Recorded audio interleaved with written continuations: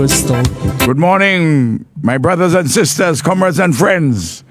St. Vincent and the Grenadines, the Caribbean, North America, Britain, Europe, Africa, Asia, our brothers in India, our students in Taiwan who are listening to us, our students in Russia, all over the world, all the peoples of the world. Morning, comrades. That's where we are today. The 8th of June, 2026.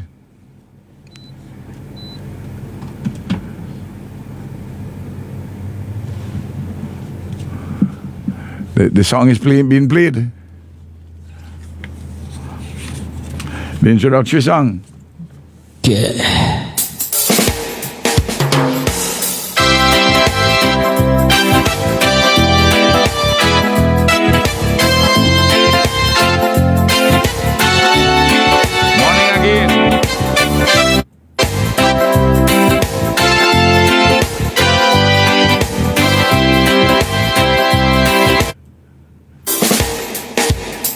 Will you walk through a storm? Hold your head up high. Up high. And don't be afraid of the dark. Don't be afraid. And the storm has us under pressure. The dark.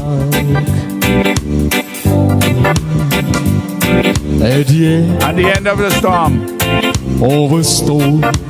Yeah. There's a golden sky. And the sweet song of the ULP and the silver lark. Beautiful bird. They have pressure on the people. Walk on to the wind. Walk on to the wind.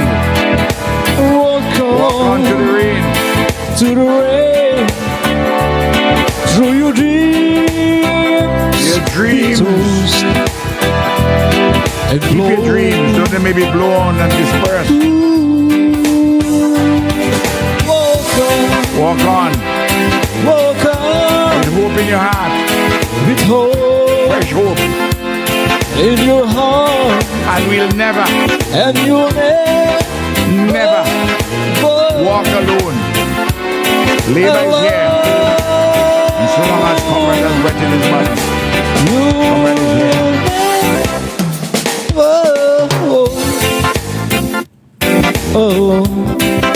I want to apologize for being late this morning.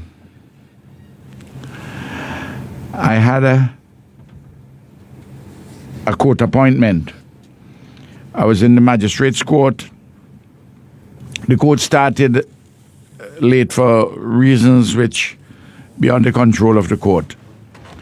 And as you know, I represent, along with Ronnie Marks, a 16-year-old young lady from Connery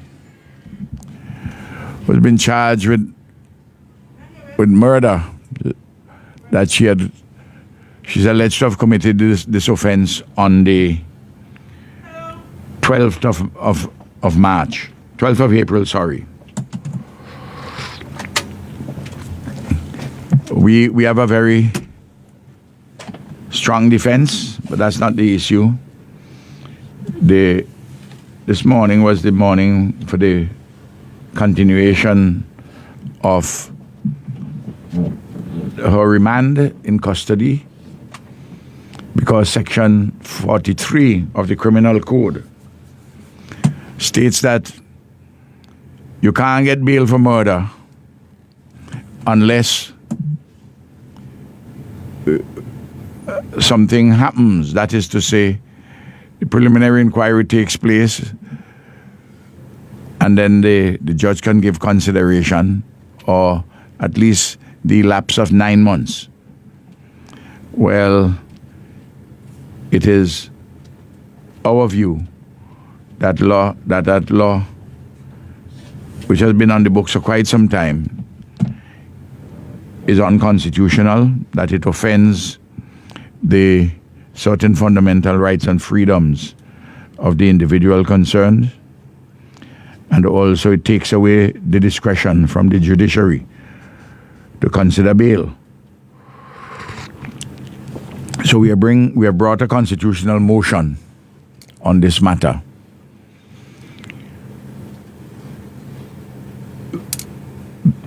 The claimant is the young lady by way of her mother and next friend. And the persons against whom the claim is being brought for constitutional redress is the persons are the Honorable Attorney General and the Director of Public Prosecution.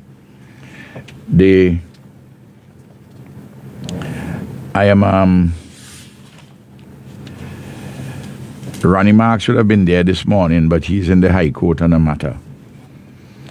In relation to the constitutional challenge, in addition to Ronnie and myself, I brought in the other members of the team from the law firm known as, and you probably have seen it online, it's the law firm of Duncan Gonsalves.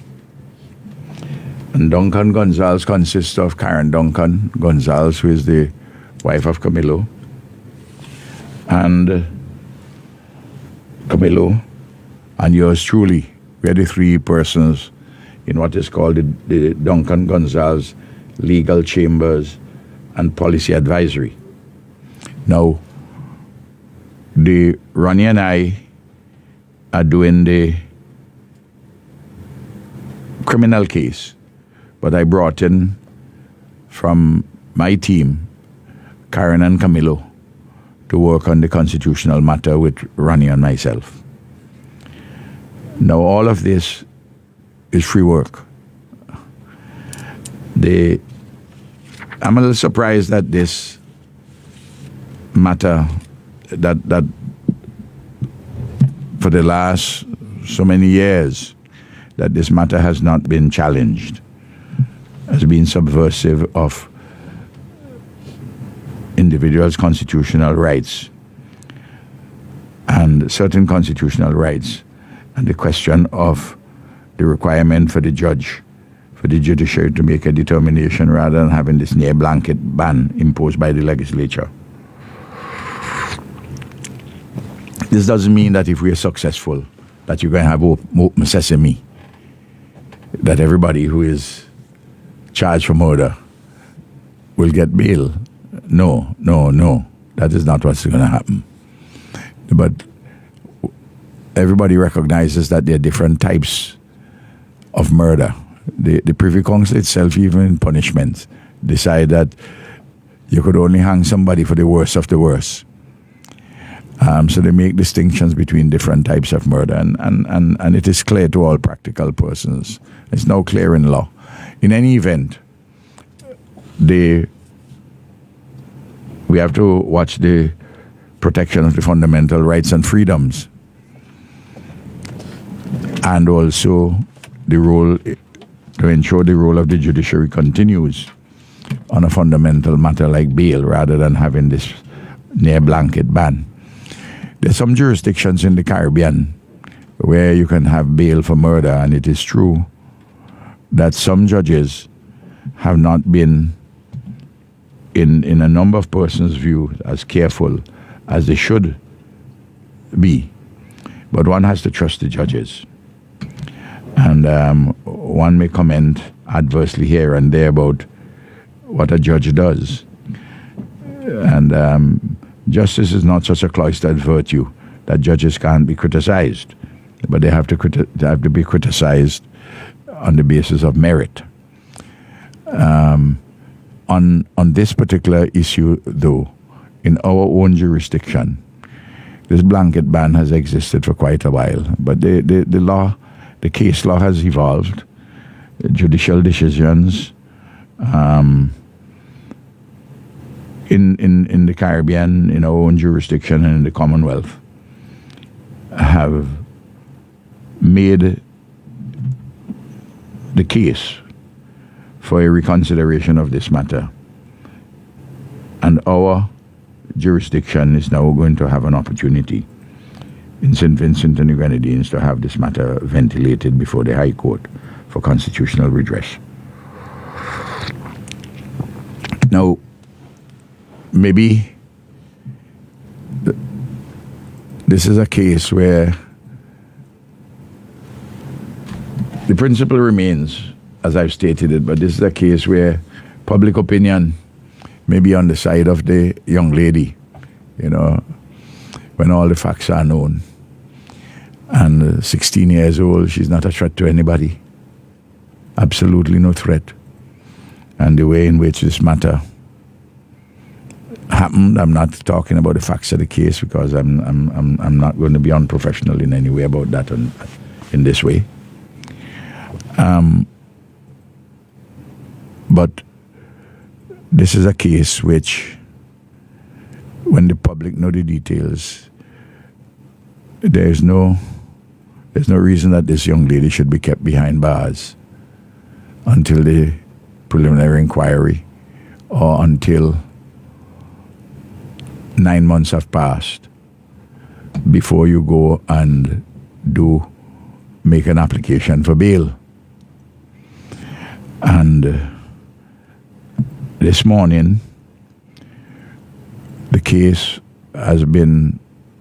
status hearing has been adjourned to the 29th of this month.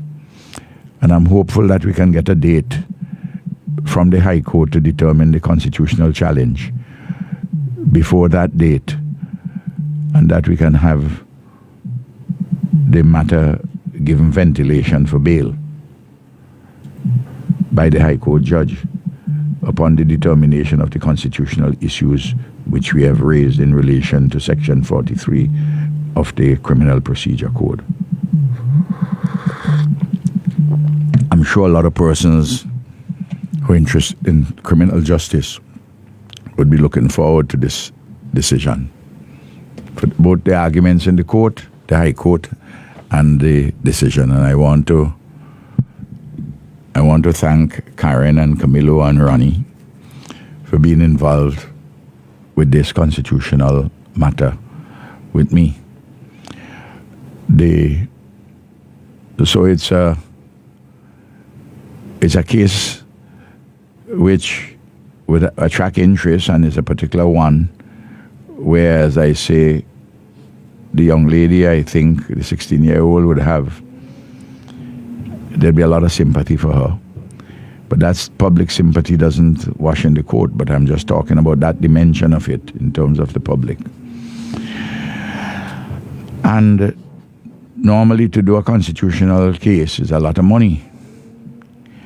But I've gotten persons who we're not concerned about money as such, but to have this matter ventilated. And in my own case, as I've said before, this young lady's great-grandfather and I went to primary school together. He was my friend. He's now dead. And I knew her great-great-grandparents in the village as a boy growing up. So I have a connection, and once I have connection with people, as everybody knows by now, I don't turn away. Where I can provide help and guidance and assistance, I will do that. So help me God with the best of my ability and all circumstances in which I may find myself. So that is what kept me. I had to stay. Since Ronnie wasn't available because he was in the High Court, I had to stay there for the status hearing this morning so that she'd be further remanded, and for me to provide the magistrate court the courtesy of the information that we have filed the constitutional motion. So that's where we are with that. So please forgive me. I couldn't be at two places at the same time. And it will happen from time to time. And I'll try and see if we can make it up at the back end today. Now, as always, I do a number of preliminaries.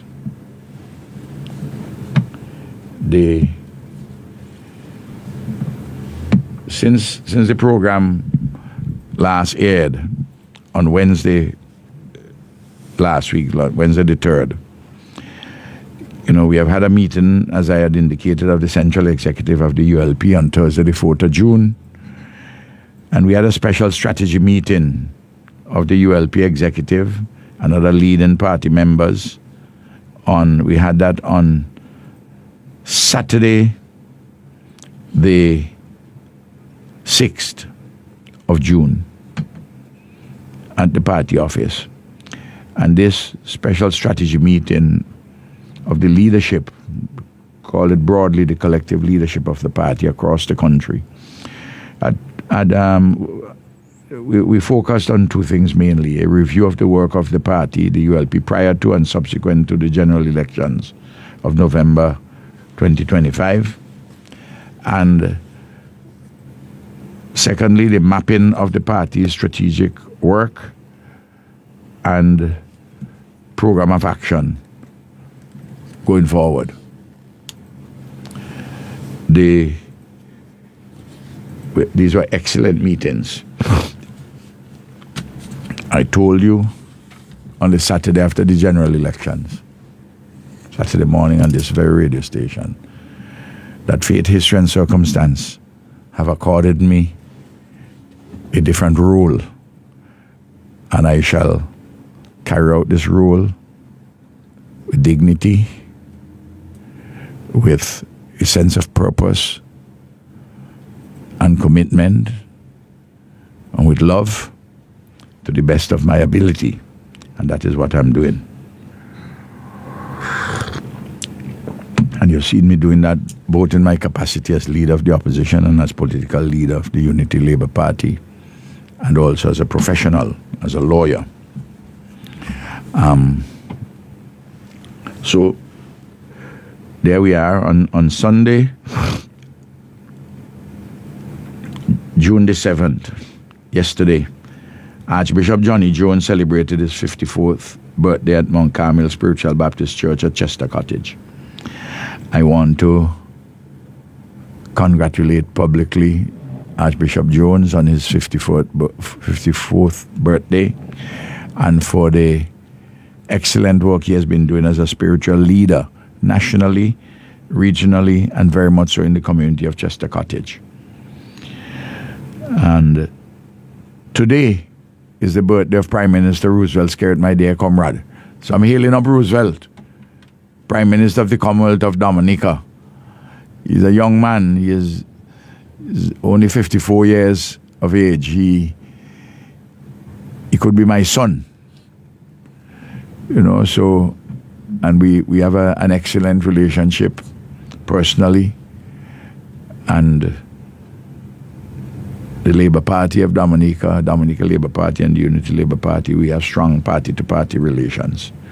Say, Roosevelt, I sent a message to you this morning with one of your cabinet ministers to wish you a happy birthday. I couldn't get you, but I'm getting you over the radio, and I believe you'll see it on my Facebook page.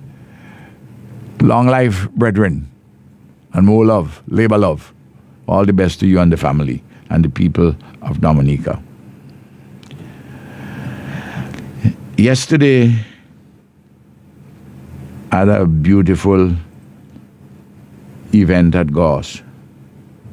4 young boys from Goss visited me. I'd promised 3 of them tablets, and they brought a 4th. And I had ordered tablets. They gave the 4 of them, 3 of them got Samsung tablets, and 1 of them got an Acer, real top quality tablets.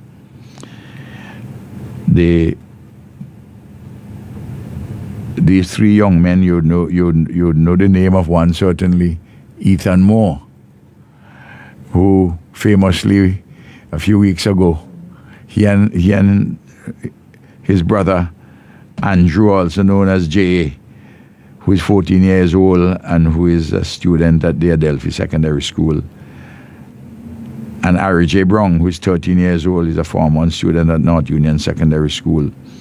The three of them that Saturday evening about 5 o'clock, when they came up from the river by the pool just below where I live, the stream, a little waterfall there too. All three of them soaking wet and had their T-shirts. And they had mangoes, the beak mango, and they had what we call Beckwith plum. Or what the Beckwith people call Beckwith plum.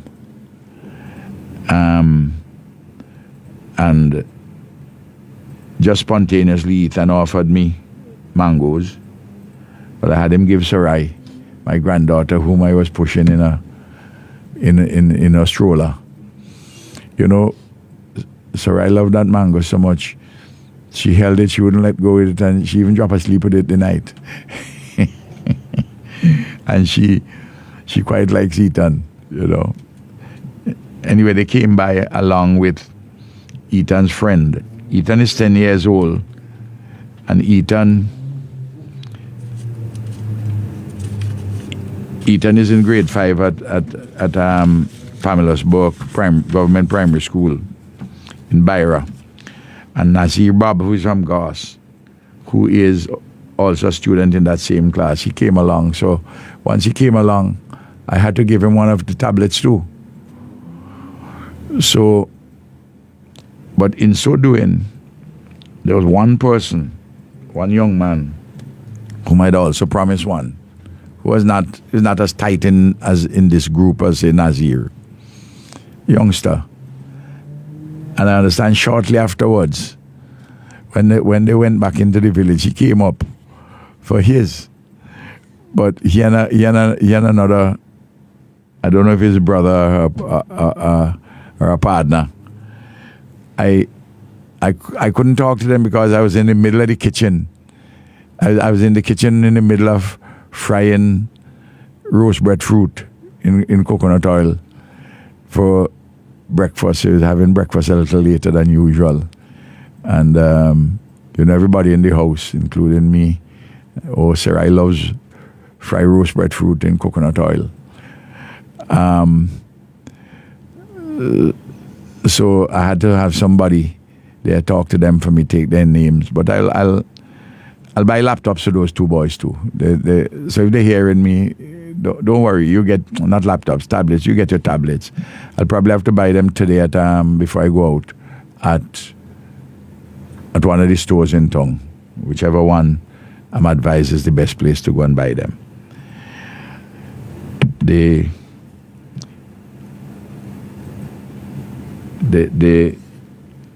I know one of them who would have been, who thought you'd have gotten one yesterday would have been disappointed.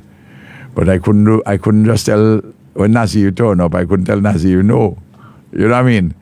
And the fifth one I had was for Emma. Emma from Connery, her grandfather, who works on a small farm, in the Goss area, Goss Estate, formerly Goss Estate.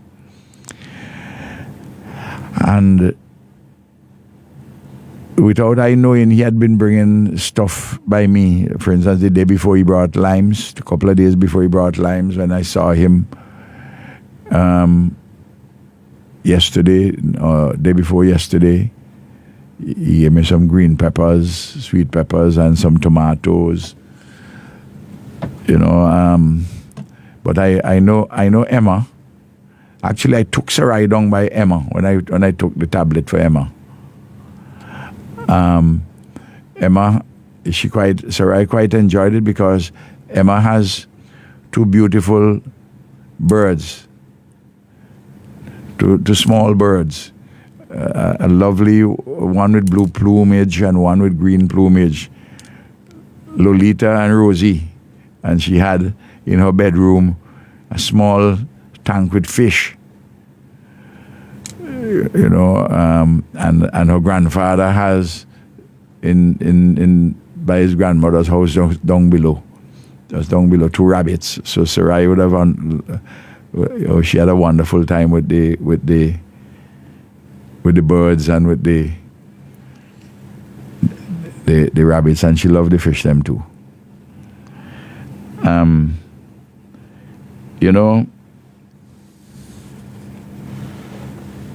It's important. This year I'm going to be 80 years old in August. And I bond with a lot of older folk and middle-aged folk and students going university and the like, college.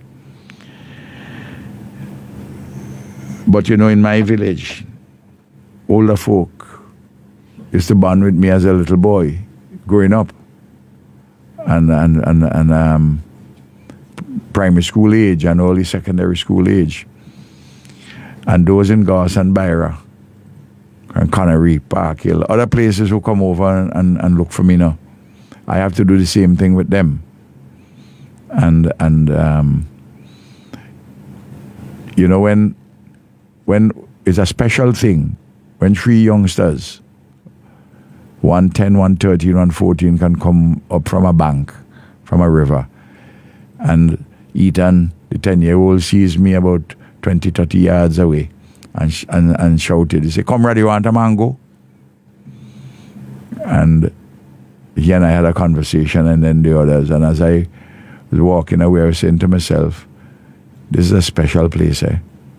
A man who has been Prime Minister for 25 years almost. A 10-year-old boy feels comfortable with him. Shout him, "Comrade, you want a mango?" In the bush. Where? Tell me where else in our Caribbean, in our world, that this thing is happening. Eh? And these special things we have to nurture. And I love these boys very much. Of course, I know Ethan and Andrew's parents, Rohan and Lisa. And I know Arijay, mother Tani. I am not sure that I know his father. If I see his father, Osmo, from Greg's, whether I will know him. But I have no doubt that I'll meet Osmo sometime. And of course, I know Nazir, parents, Shanette from Goss, and Harvey from Mungan, Harvey Bob. But I know the Bob clan. Big clan.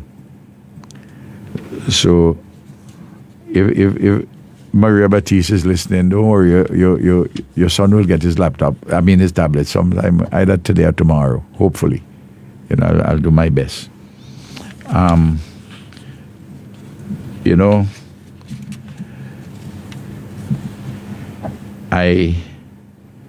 really want to thank all the persons who come by, who bring for me just so generously and lovingly, free of charge, a whole set of produce out of the goodness of their hearts.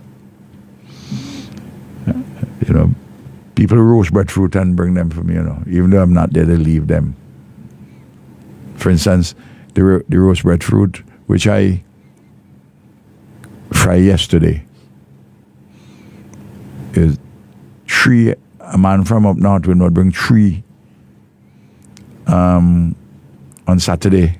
For me, I wasn't home because I was in town at a party meeting. People bring me ripe bananas, they bring me plantains, zabuka, plum rose, dry coconut, limes, tomatoes, sweet and hot peppers, passion fruit, mangoes. In fact, the mango season has been so plentiful that I had to ask some don't bring, sometimes they bring too many because I don't want the mango them to spoil. I have the household that I have both in relation to the persons who live there and persons who come and work there, is we could accommodate a certain number of mangoes, but if you bring so many mangoes for a platoon of soldiers, some of them would spoil, and I don't want them spoil. People bring Mammy apple, golden apple, Beckwith plum, Grung provisions, all of them, yam, dashin, tanya, Edo's, homemade sweets. Well, I give away the homemade sweets, sugar cake, groundnuts and coconut sugar cake, tulums, tamarind balls, and so forth. You know, people from all over the country. Naturally, more people come from nearby. When I say nearby, from Sandy Bay right down to Diamond. In fact, right down to Lomans.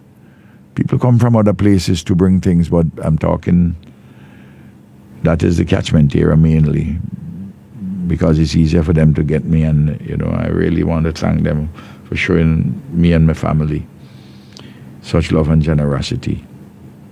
In fact, there are people who I know didn't go to the polls or who didn't even vote for ULP, who come from different places, and they bring produce. It's sometimes, my dear sister, we get, for those who hear me calling sisters, Bling isn't here with us this morning. Bling was dealing with the carnival down South Leeward. He left there 6 o'clock this morning. One comrade brought me a goat. I was walking with her one day, and I saw this comrade. He had come to see about a few heads of cattle which he has nearby, and she was fascinated by the calves. So he said, I have a nice goat, comrade, I'm going to bring it for her. He brought it in my absence, but I had to ask him to keep it because I have so many dogs. I have 7 dogs, and I had to make special preparation. I had to cordon off somewhere, for the goat. In fact, so he's keeping the goat there for me in the meanwhile. And Ice School in South Rivers has the goat, the one which I had gotten during the election campaign from my comrade in the nice ram goat, big ram goat from Rose Hall. Ice School keeps it for me, but he still has it for me.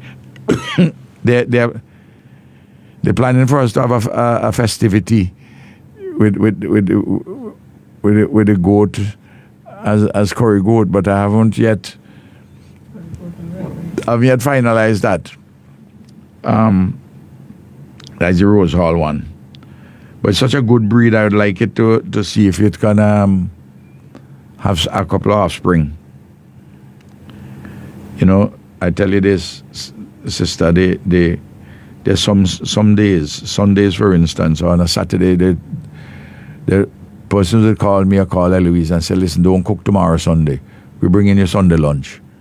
It's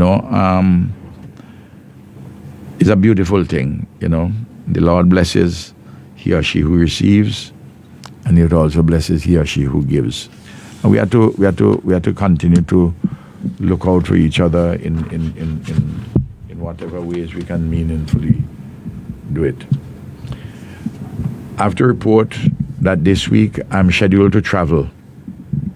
I have some important meetings, events, political and professional, in Barbados, in London, and in Ghana, in West Africa. I had indicated some of this before. I'm scheduled to be away from St. Vincent and Grenadines from the 12th of June to around the 26th or thereabouts. It's 2 weeks, but when you take out the 4 days, Saturday and Sundays, is more like 10 working days now, maybe 9 working days. But I have a challenge because on Thursday last week, on the 4th of June, I received a notice that Parliament is to sit on Thursday, the 18th of June. So I have I'm trying to see if I can resolve all the conflicting schedules. My overseas meetings and events were organized well in advance. The problem which I have in Parliament is this. I used to indicate a date, adjourn Parliament to a particular date. Sometimes we didn't always keep the date, but you have a broad idea as to when, around which time the Parliament is going to be held. Maybe it could be a week later, you adjourn to, or something like that. But no, because it's adjourned sine die without a date being set. But I have other things which I also have to be doing. Just like the ministers in government, the parliamentarians on the government side, they have things also in addition to their work in Parliament. So I'm trying to see how I could resolve the conflicting schedules.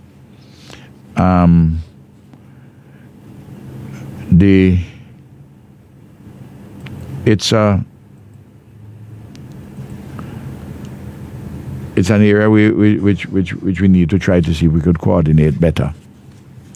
Now, that is to say, rather than having sine die adjournments, that is without a date being fixed, but to have more fixed dates, and you have an idea of the window now in which you can organize things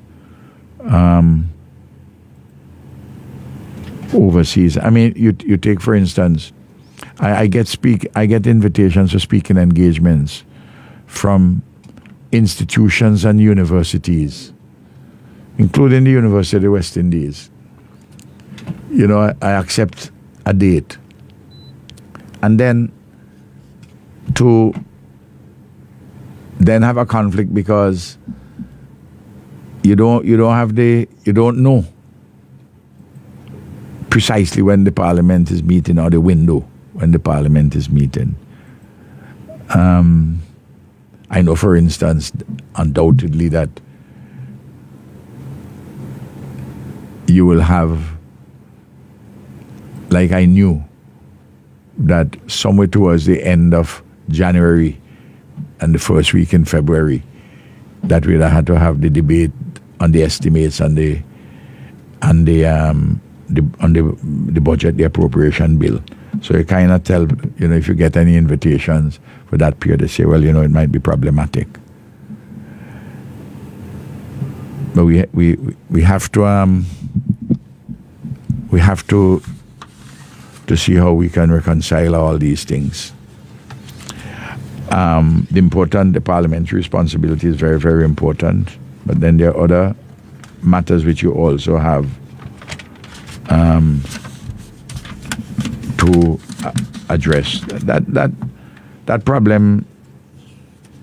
problem also attended other persons other persons who are now in the government when they were in the opposition, but they had a better idea, because I tended to give fixed dates, and even so, they would still have problems. It's the nature of life and living. I don't want to speak in any more detail than I've spoken in that regard. If necessary, I will speak more, but I don't think it's necessary. In my case, I can tell you I have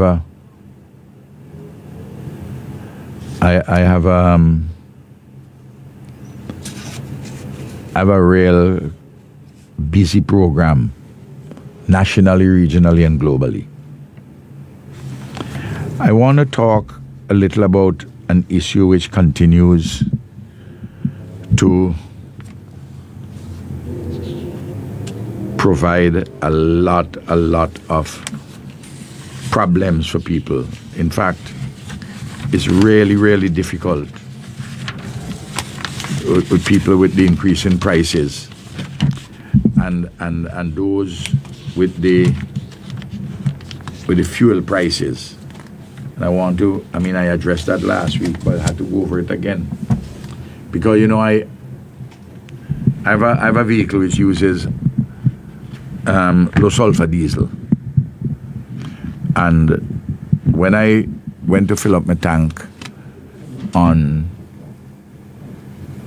Saturday, I asked the lady was filling up the tank.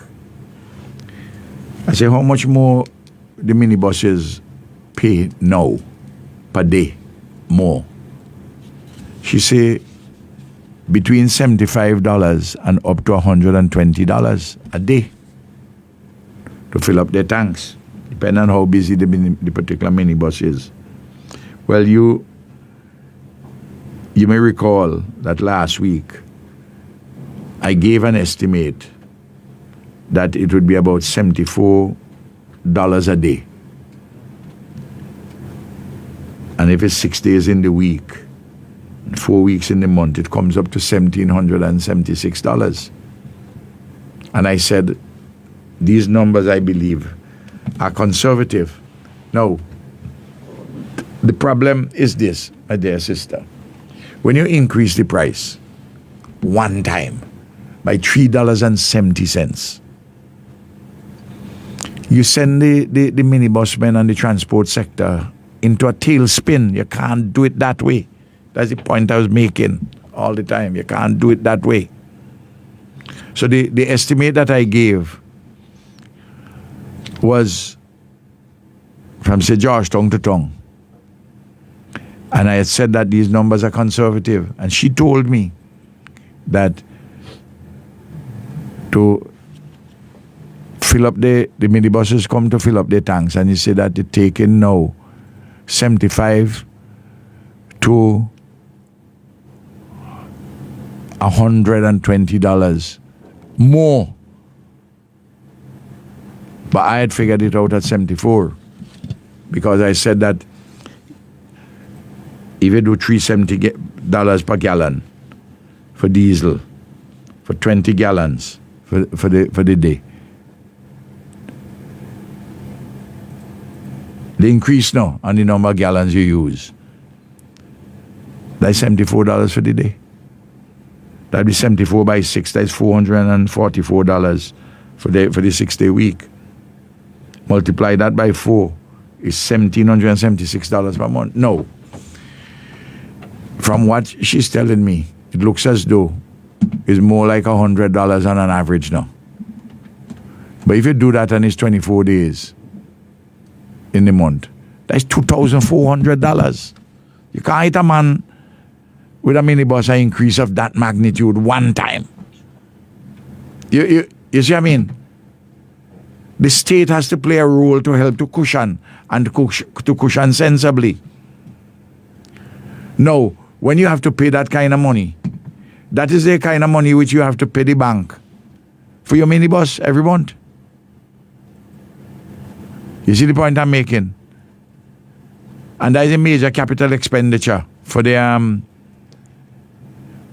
minibus man. But if just the increase alone, you're paying what you have to pay for the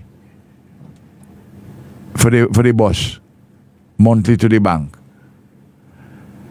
I mean, a lot of them man go have to come off the road. That's why they're asking for a specific subsidy. The number is just too high one time. The government didn't think this out. Remember, since March, middle of March, in fact, since after the first day I came on after Trump and Israel, after America and Israel invaded the attack Iran militarily, I said this isn't going to hit us. And I said by June, I predicted it, I said by June, you're going to have a real problem with the fuel and with the electricity. And I said, you can't wait until the end to just jump things. You have to monitor it carefully and do it, as I say, a drizzle ain't going to humbug you. A shower of rain might wet your clothes. But if you put an increase, which amounts to a hurricane taking off the roof of your house, is an entirely different story. And this increase is a hurricane level increase they put on. And the government could have managed this thing by doing this thing gradual from the time the increases started in March. Do it bit by bit now so that the overall subsidy which they're giving, they could have recouped something from the early end rather than trying to do this big thing at the back end. And I'll tell you this, because of the amount of money which they owe by being tardy, by being slow, for being, in fact, some may say even lazy, for over 10 weeks, they owe plenty money to Solon Rubis, you know. I did a back of the envelope calculation, and it's about $12 million. And I only say 12 because, I mean, the numbers were leading me to a little bit higher, so I said, well, I'll be conservative.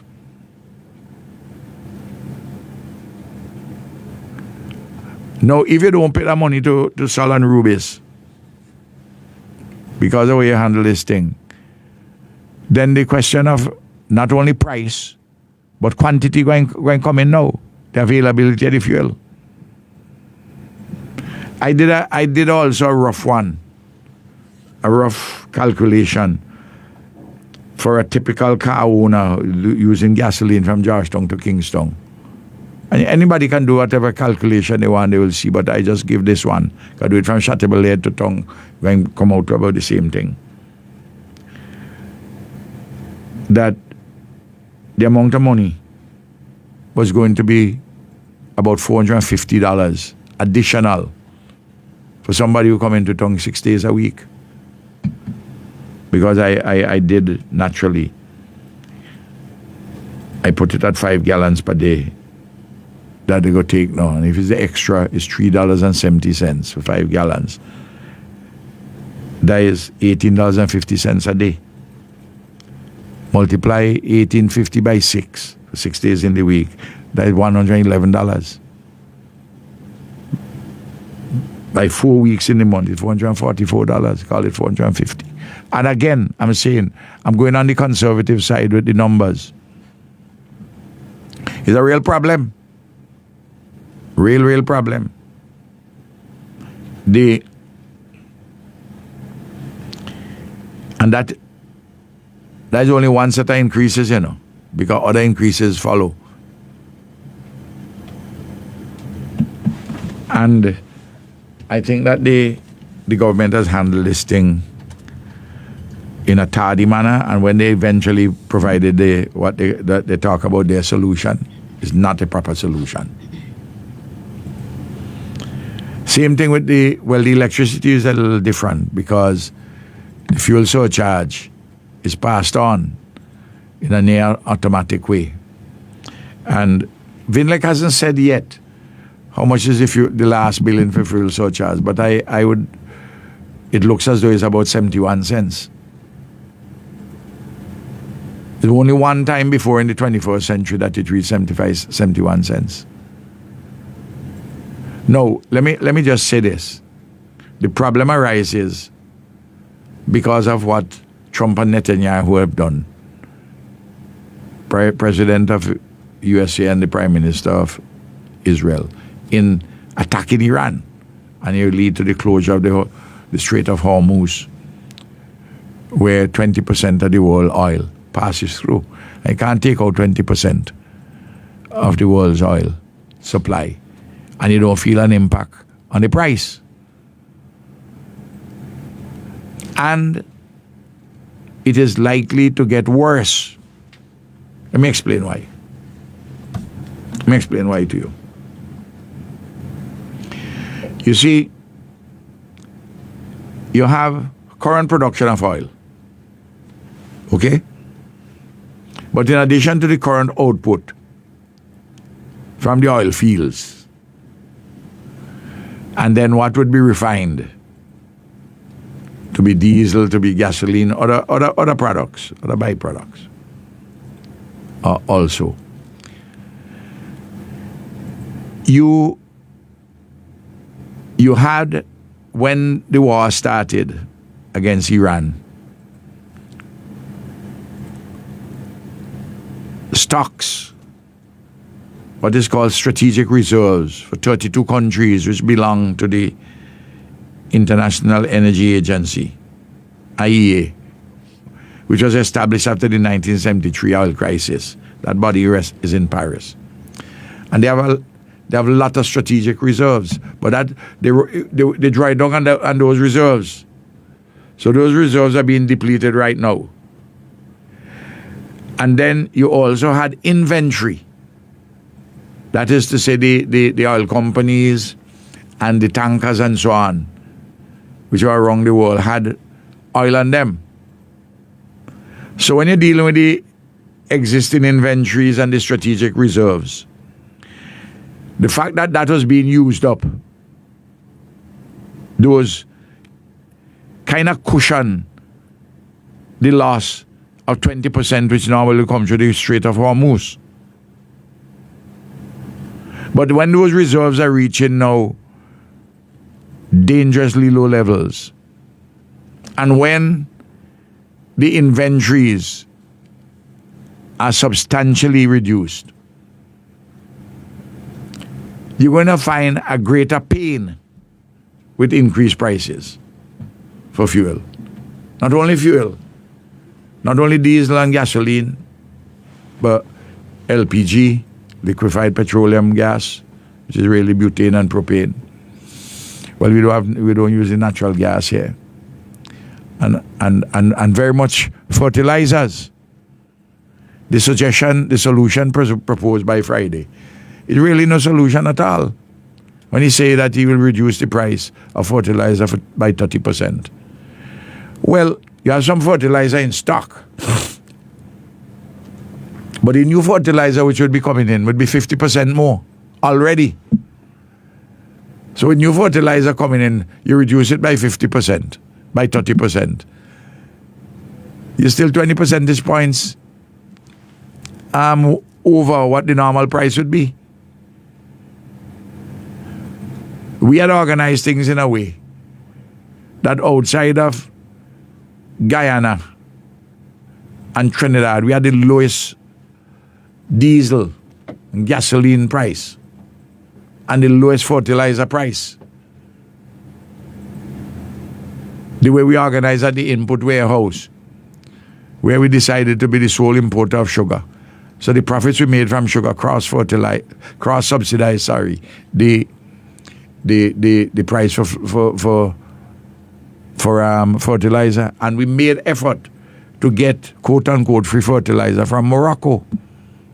From the middle of March this year, you hear me almost every day on this program, saying we had to make a move to Morocco by ourselves and with the rest of the OECS. We have a mission in Rabat, in Morocco, to get some fertilizer there. Early o'clock, you know.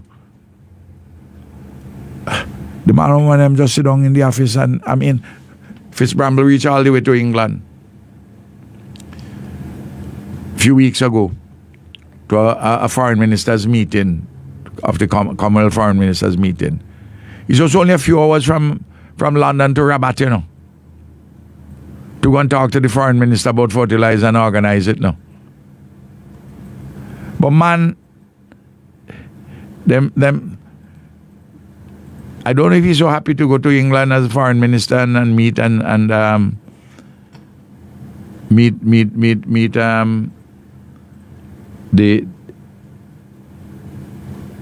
King Charles. In fact, Fitz himself told me that King Charles said to him he sent greetings for his friend Ralph. You know, because he and I met on several occasions before. We know each other, and he knows my position on many things, including the monarchy and reparations. The point I'm making, though, is that he could have those arrangements could have been made. Fellas are not thinking. Fellas are involved in performative governance. They perform in a role. Just like You hear them with everything. They're making a speech. A lot of empty, vacuous statements. It's performative. Not intended to deliver results, You're going through a performance. That's all. Reflected in the performative culture. Hoping that words could full hungry belly. But words can't full hungry belly, Huh? When you make your vacuous, your empty statements, or you gallivant done this or that, or you want to abuse Ralph verbally, whether it's Philip Jackson 4 the morning, get up with Ralph on his mind, cussing me. By the way, them fellas really got me in there, eh? Imagine a man get up 4 the morning, thinking about me, 4 the morning. Eh? But I don't understand that. I could understand how I get up 4 the morning thinking about the wife, thinking about the girlfriend, thinking about some other thing, but thinking about me. And I on your mind so much so that you have to go on a tirade against me. And others do the same. I don't know, I'm the man. I like shadow baseman inside of the head beat him. Doom, doom, doom, doom. Do do doom, do do doom. I mean, come on, man. Stop being performative. And stop dealing with the ghosts that populate your dreams.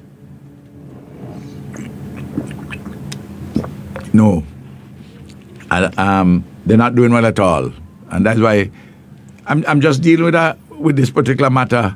And you see, my dear sister, simple things I suggest, I suggested too that regionally we have a conversation with Delcy Rodriguez, the acting president in Venezuela, and with Trump, the Americans, so that we can talk about how we can get some fertilizer from Venezuela and to see how we can refashion something, start with fertilizer for a new kind of Petro-Carib agreement. These are initiatives. This is not just a thing of just making statements. When you make a statement and you do your performance, nothing happens. So your psychophants say, oh yes, he says so and so. But he says so and so, but why is it happening? Because people then realize, and they realize very swiftly, they hear you, they go to a function, they hear you're trying to make more of something than it is. When they go home at night, in the evening, and when they turn on the stove, they realize they run out of gas. When they turn the tap, they realize they forget to pay the water bill, or they had to they were juxtaposing this and that. Well, let's cut off the water. When they put on the switch, there's no light. Electricity cut off because the bill is to be paid. All the prices, them going up. Listen, I go into the supermarket every week, sometimes twice a week. My dear sister, I used to see as Prime Minister, I used to look at the prices every month, the movements of commodities. I used to get the numbers from the statistics office. But now I see it real time. I pick up something, I know how much I paid for it last week, how much I paid more for it this week. I know that a particular cheese, which I might like or Sarai might like, I know how much I paid for it last week, and I go back this week and I see it gone up exponentially. I say, but what's happening here? And then when Friday announced and says, well, the 5% fuel surcharge, custom service charge, he'd waive that for the next 3 months, and also to calculate the duty, you're going to use the freight number for the cost of the freight from January. These are not things which are going to be passed on to the consumer. I'm telling you, as sure as the sun rises tomorrow morning, those things are going to be taken, almost all of it. In fact, more than likely all of it, by the importer. And you ain't going to see it. That's why you have to do it in a targeted manner. That's why I repeat. You have to do, if you're doing, for instance, the matter concerning the fuel, the freight, as we had suggested in our manifesto to use from 2019 numbers, you put a legislative structure in place to make sure that they have to comply with that. He said, no, the task force go monitor that. The task force has no legal jurisdiction to do a thing like that. That's fraud. That's emptiness. That's a man abdicating his responsibility for serious work to deal with a serious problem. And somebody has to tell Friday that. Somebody close to him must tell him that.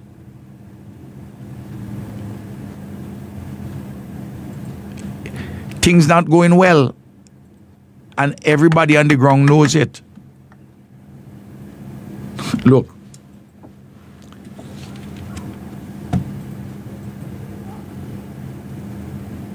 the civil servants ain't hearing nothing about salary increase, and now 6 months since the year start.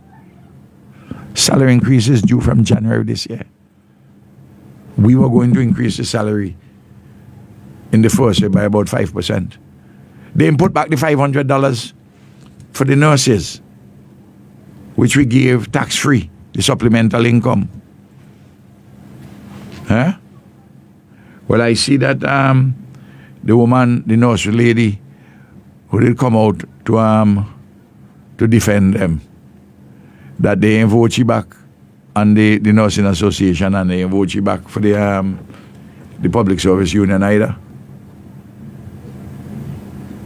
She couldn't be happy. She couldn't be a happy camper.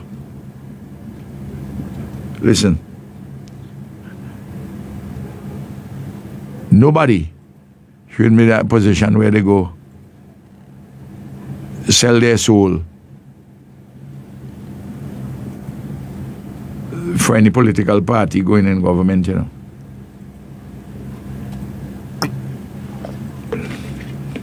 You know? And as I told them, well, I think they got power. They have an administrative or political authority to do good or ill. You can only do good in solidarity with others. You can do ill in an individual way. Like, for instance, the ill you're doing by firing dozens of persons who were the mobilizers or coordinators for the YES program. Some people ain't even get a call, you know. I ain't even talking about letter, you know. They don't even get a call. Eh? Some get a telephone call. Some only know that somebody else, some NDP person come and replace them. And I hear now one thing from the Christian Council, you know. Some of them man who used to keep nice about Ralph. If I go to church and I hear them talking about some holier than thou things, and I know that they're silent about certain things, I would just make the sign of the cross and leave, you know. Some of them people ain't taking them seriously. And I'm not, pastors in this country do a good job, generally speaking, but you got some who sell their soul for politicians, you know. And you've seen it already. And I too old to go sit down in a pew and listen to a hypocrite. Do you hear me? And a lot of people hold that view, you know. I prefer to stay at home and read my Bible and have other people come by me. And we pray together. You know what I mean?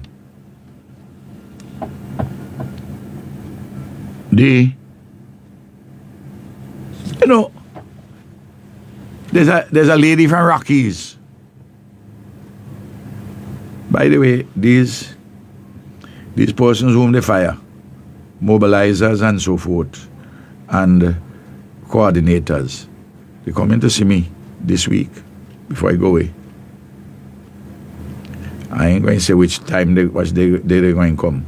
Because if I say which day they're going to come, as sure the sun rises, you're going to have them.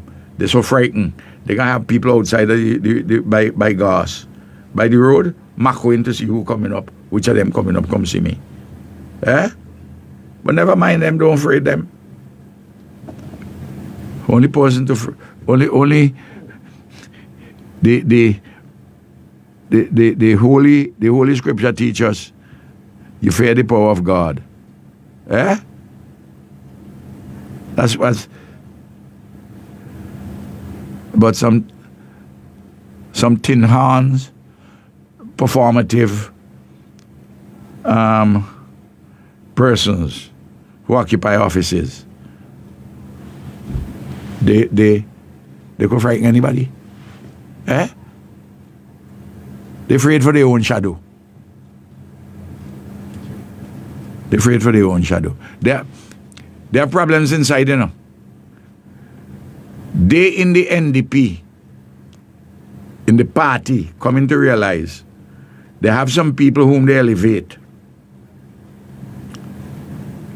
They have some real questions of mental instability, you know. Some people who they elevate. Or people who are elevated. And I ain't just talking cabinet ministers, talking generally. Have some real mental stability issues, because one day, one moment they're normal. Another moment, they just gone off the handle. You know what I mean? They oscillate between submission and aggression. They submit themselves to somebody whom they believe is in authority over them, whether at home or abroad. And then if they think you're below them, they're aggressive towards you. Talk to you anyway. A man tell me he went to a minister because he was fired. I'm going to call the man name, I'm going to call the department. When he went in, the minister said, you got 2 minutes. And the fella started talking. He said, listen to me. You got 2 minutes to tell me a story. He cut the fella short. He said, let me ask you this question. Bam, bam, bam. He said, you're fired, that's it. Tell the fella leave your office, close the door. Huh? That's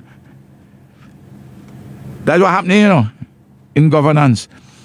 Not only institutions are important, how they function, but also you have to have a balanced temperament.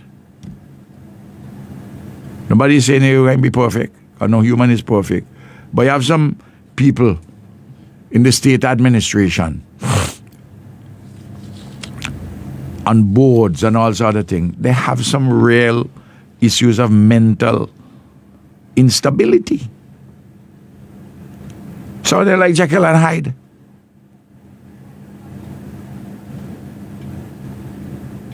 People, even NDP supporters asking, who are these people? Did we know them? Did we know who they are? Huh? And that is now generalized.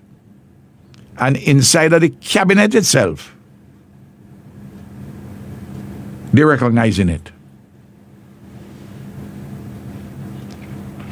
They're recognizing it. And remember, I had said to you, I said to the people in my budget address in early February, I warned them. And I explained the base. I said, you all going to cannibalize one another, you know. I outlined the objective circumstances and what going to meet them by June. I say, all you guys start fight one another and cannibalize one another, it happening,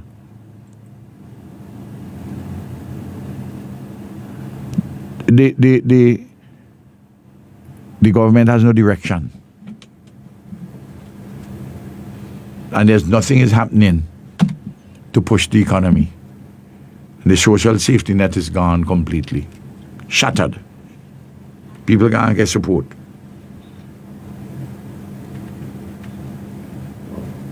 But what we have to do with these rising prices, we had a cost of living allowance last year. They got reinstated that cost of living allowance. We had a cash assistance to the 3,000 most valuable households for 3 months in the first instance. You got to do that. You have to do that.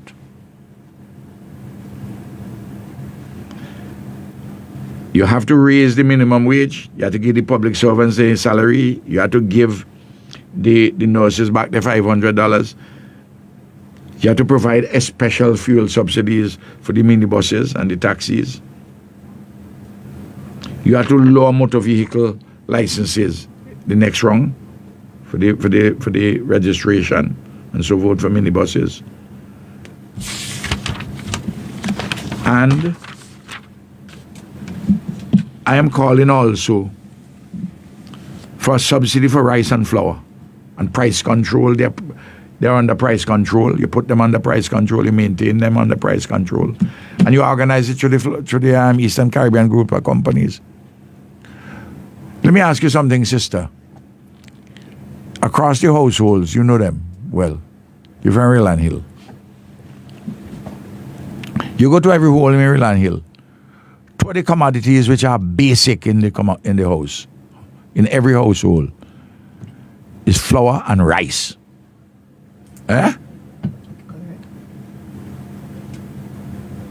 We deal just now with electricity and water and those necessities.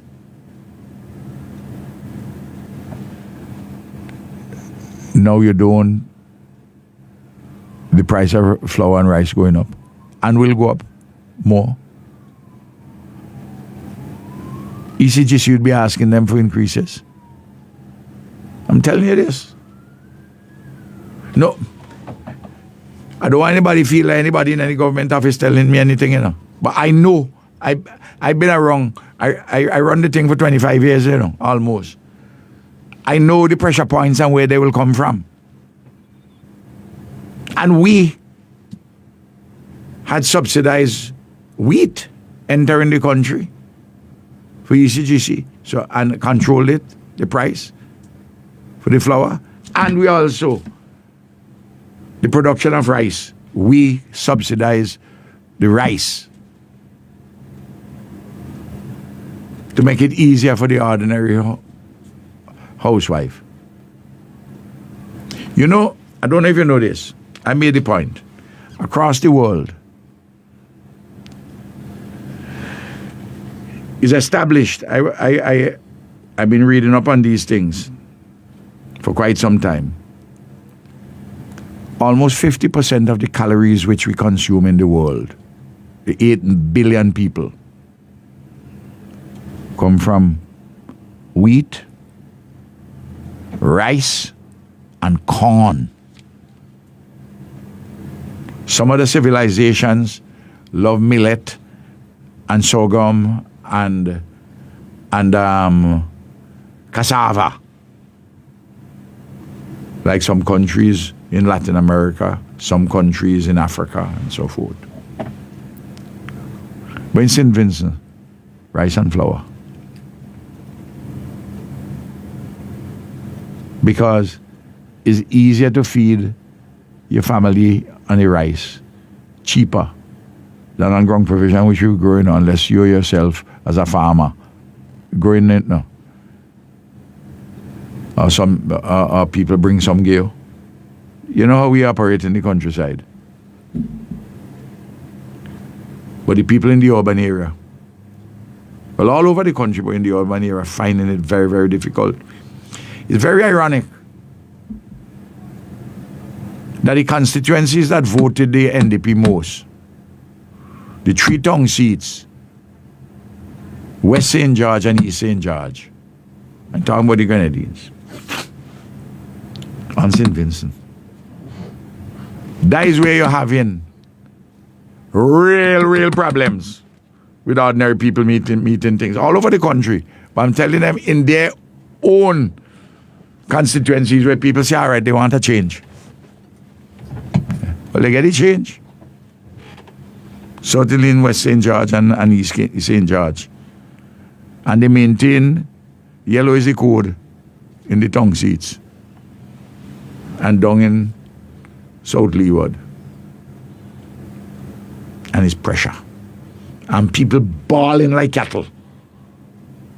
All over, including Beckway and the Southern Grenadines. Before even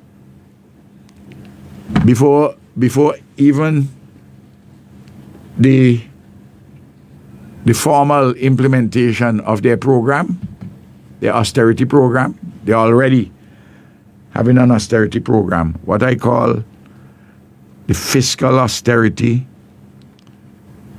retrogressive transition, FART program of the NDP. It's fiscal, the central government, austerity, which is a wrong and dangerous idea. Want to balance the books on the backs of the poor and the working people and the farmers. The transition they're talking about is a transition to a dead end, so it's retrogressive. It ain't a transition to at the end of the storm, there's a golden sky, you know? No. The fiscal austerity retrogressive transition FART program of the NDP. That's what's happening right now. They're implementing it already before they formally put it in formally address the matter. And I want, in relation to this thing, I want the managing director of the IMF to tell me, how is it you could have a staff officer coming down to St. Vincent and the Grenadines, having Article 4 consultation, and only talk to the government? Don't talk to other people in the society, and they don't talk to the opposition? And then the staff officer had himself in a position where Friday is his public relations officer, his press secretary, having him to come and talk what you are happening in St. Vincent and Grenadines on live radio under the guise of transparency. You know, you could call it what you want, but what you want, I call that imposition. The managing director had to answer that question, because the question as to whether this fellow who came has any credibility in the country anymore, given the manner in which he has behaved, is a matter which will come to the fore. I have patience with it, you know. You ain't hear me talk about that much yet, but you're going to hear me more and more. This is St. Vincent and Grenadines. This is the land of Chateauye. This man from Eastern Europe, Russia, actually, come think he can behave like a czar in St. Vincent and the Grenadines? Eh?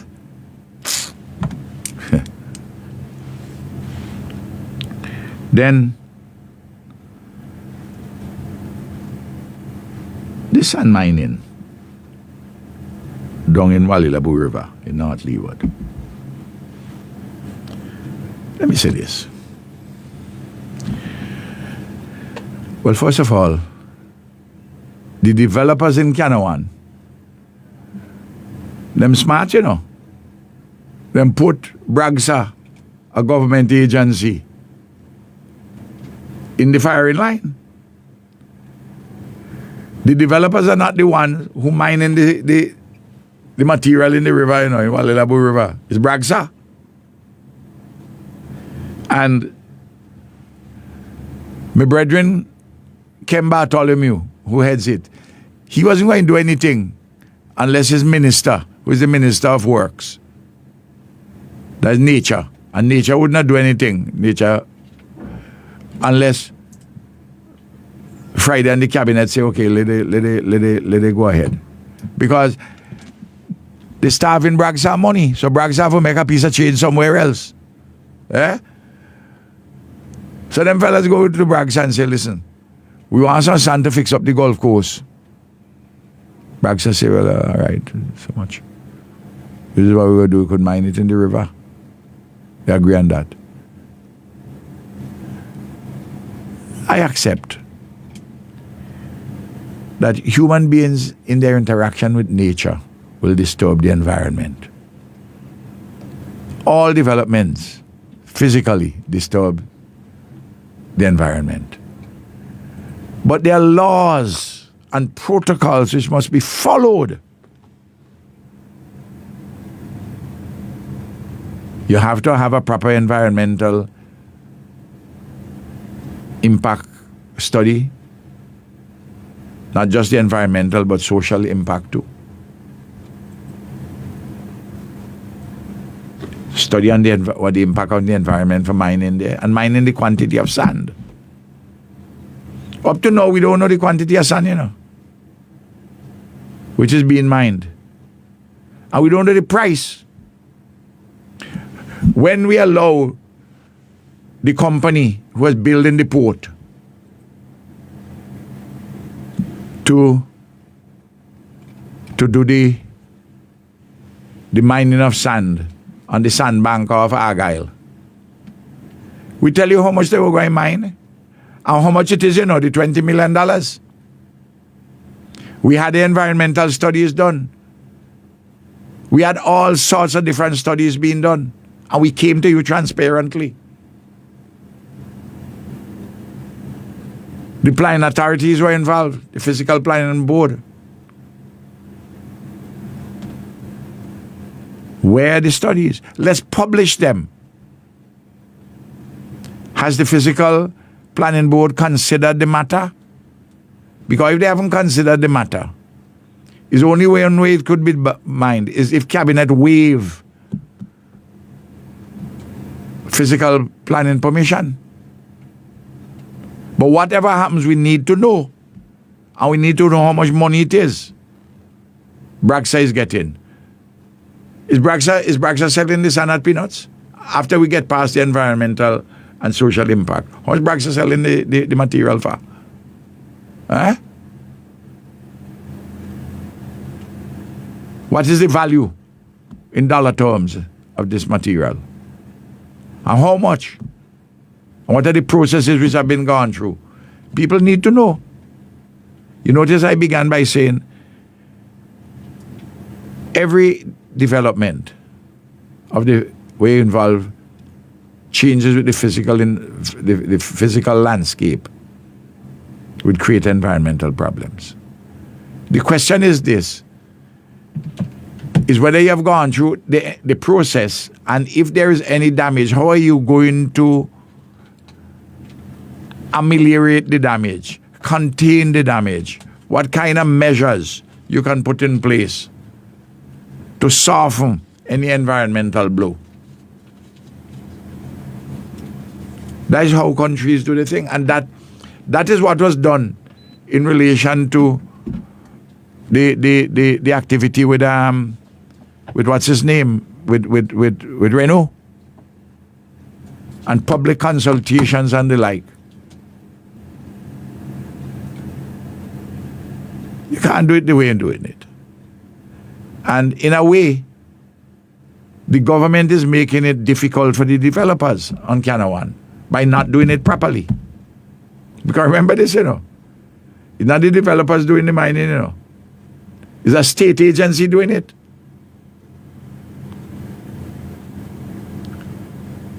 Did the state agency get permission from the cabinet to do it? Were all the processes waived which are required under the Physical Planning Act? Hear the questions I'm raising? And the developers must insist that the state authorities do the thing properly. Because the developers, they are people who are well versed in environmental protection, you know. Well versed in environmental protections. You notice I'm not making any critical comments here about the developers per se. Oh, what I want to talk about is why is the government up to now silent about Canawan? And I made it an issue in the election. People in St. Vincent and the Grenadines didn't listen to me. I went to Canawan and I talked about this issue alone in a speech in the campaign. Tell them what we are going to do. That Pinataro had to go and how we are effecting that. Pinataro is there now doing over the golf course. Of course, Dermot Desmond in the south of Canawan is a responsible person. The developer in the south of Canawan, and he's working with Mr. Pinataro on that golf course, which would add value to his own investments, to Dermot Desmond's own investment in the south of Canawan. But they themselves must insist that the government do the things properly. They probably assume that because a state agency they hired that they did everything right.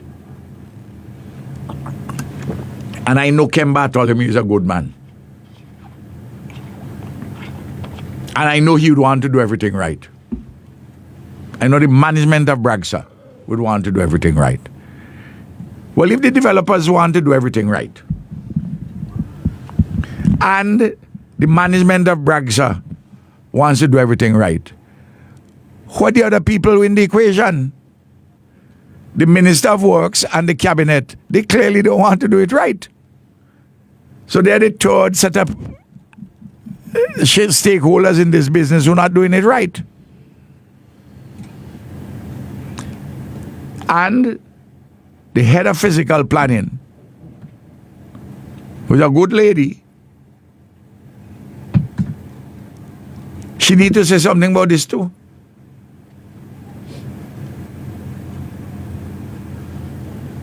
You notice I'm being reasonable with everybody, but the buck on this thing stops with the manner in which the minister and the cabinet is handling this issue. That's where the problem is. I'm blaming Physical Planning Board.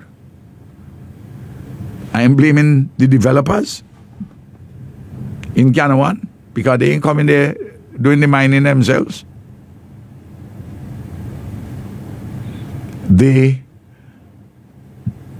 I'm not blaming the management of Bragsa because they could not have put a bulldozer in the sea, in the river, unless the minister and the cabinet say yes. You see where I'm coming from, sister? I walk this thing through step by step, you know. So I don't want nobody to cause Ken Bartholomew. He's a good and decent man. I don't want anybody to be running him out on the head of the Physical Planning Board.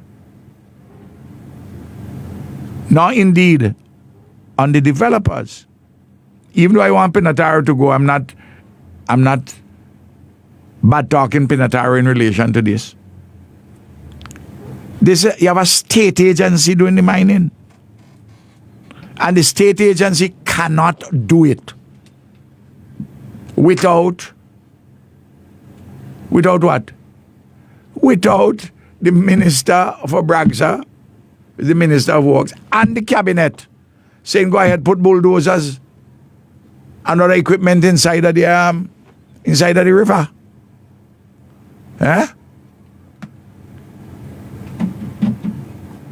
And I am sure that Ken Bartholomew will try to mitigate the extent of the environmental damage. I'm sure of that too. Because I know how he thinks. I've worked with him for many years. Notice I'm not pulling on people, you know. What I'm talking about, this is the matter of the ministers to talk about it and the cabinet, the prime minister has to talk about it. But all of them hiding. All of them hiding. The fact is an important fact that they're using the material to rebuild the golf course. But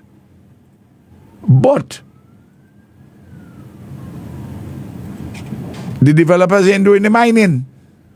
Eh? They getting other people to do it for it. Other people, not private people, you know. A state agency, BRAGSA, which is governed by an act of parliament. And I'm telling you that the cabinet could waive all the requirements in relation to the, well, at least certain specific requirements in relation to the board, the physical planning board. Just like how the NDP government had waived those requirements when they were building Otley Hall. Otley Hall was built without physical planning approval, you know. You know that? All you hear them attack.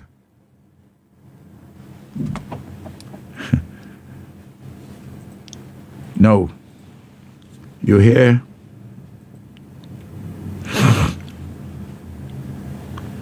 Not only again silence on those things. You ain't hearing. In fact, there's in this country from the government a sound of silence, which is so loud. The sound is echoing across the country. The sound of silence on critical things. This is one. What is happening down at Walilabu River? Then what about the sale of the land at Chatham Bay? Tom, Dick, Harry, Mary, and Elizabeth on the road saying they sell it for 63 million EC dollars. They ain't saying whether it's so or not. 15 years ago, it was valued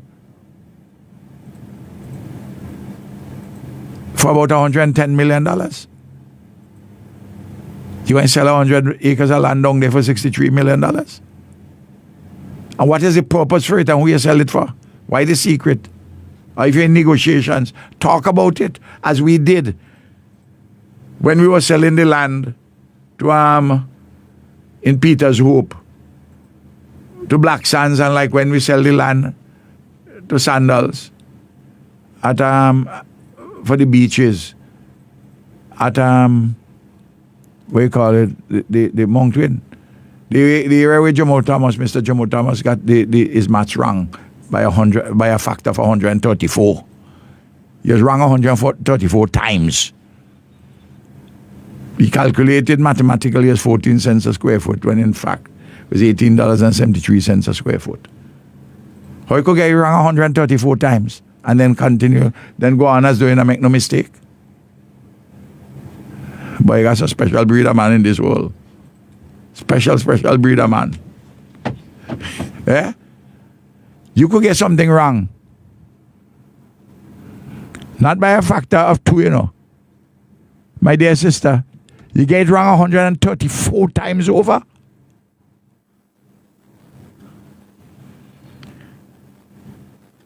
I ain't hearing them talking publicly about beaches and Marriott.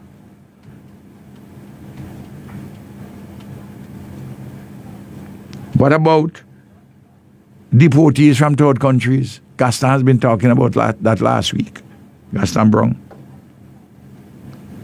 What about Friday? Sun, his rule. What happened? Silence there again. What about the capital projects which ain't moving? The capital projects have stalled. You know, in December last year, Leacock said, who by the way at one time was the minister of everything, talking about everything. It looked as though they tell him you talk too much. Because I notice he hasn't been talking for a little bit. He was talking about everything under the sun. It seems as though they tell him you talk too much, man. Talk less, and just only talk them things concerning you. Don't go about the place and behaving like you're a hefe. So I could imagine them fellas in the cabinet jamming him.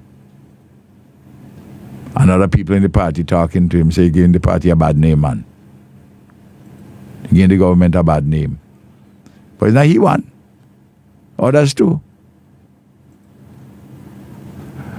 Israel Bruce put $700,000 inside of the budget to deal with, to get rid of the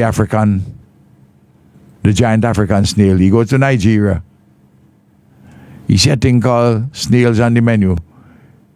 Put a video, show the waiter. The waiter say, yeah. That is it. He said, let me taste it. And he come back say,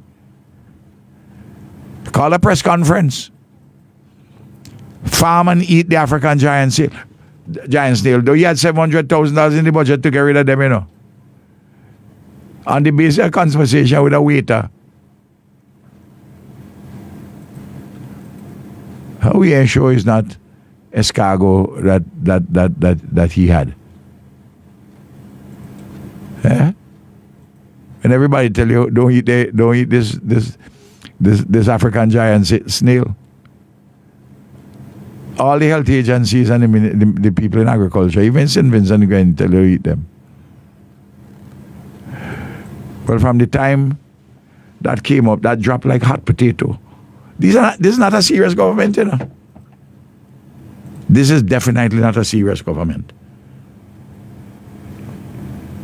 No jobs are being created, people are being laid off, prices going up crazy.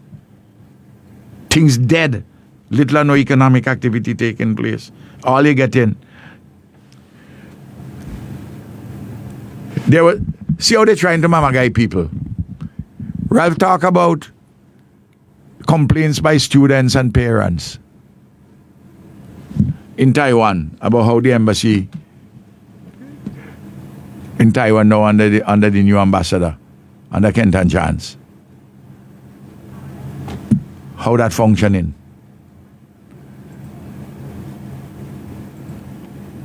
They put up a picture with somebody who got a degree and have one of the officers, good man from the mission, from the embassy in Taiwan,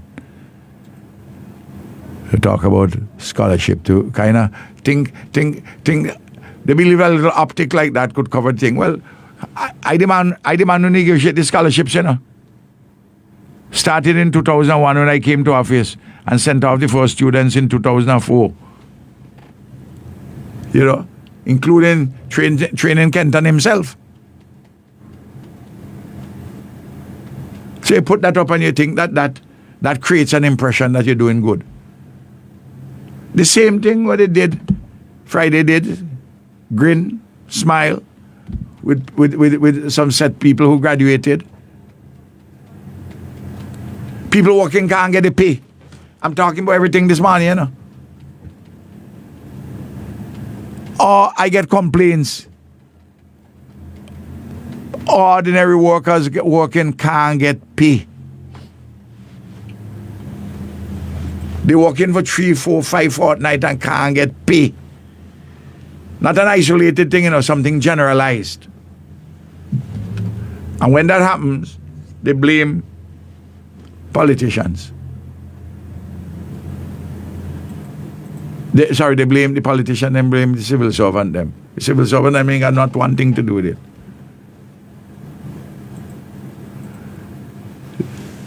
They do a house in Calder. They behaving as though important that somebody get a house in Calder. If you're to believe what they publish. But we met a house in stock in this country of under 30,000 in 2001.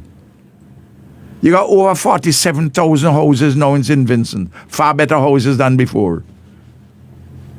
The ULP has a record in housing, including after disasters, including after burial, which is unmatched anywhere across this region. It is extraordinary what we have done in the area of housing to uplift housing. but they got one. They put it up to create the impression. You know, what I told you earlier, what kind of government they're running? Performative government. Eh? They're performing. You know? It's not a serious thing. So everything is performative. Everything. For clicks and likes. Even for the morning you get up with Ralph on your mind. And then what is happening out at Annesville with the acute care hospital? Leacock said in December that it was 1 year behind schedule. That's not true. It was not. It was 3 months behind schedule. No! It is more than 1 year. My dear sister, this thing was supposed to finish in August next year.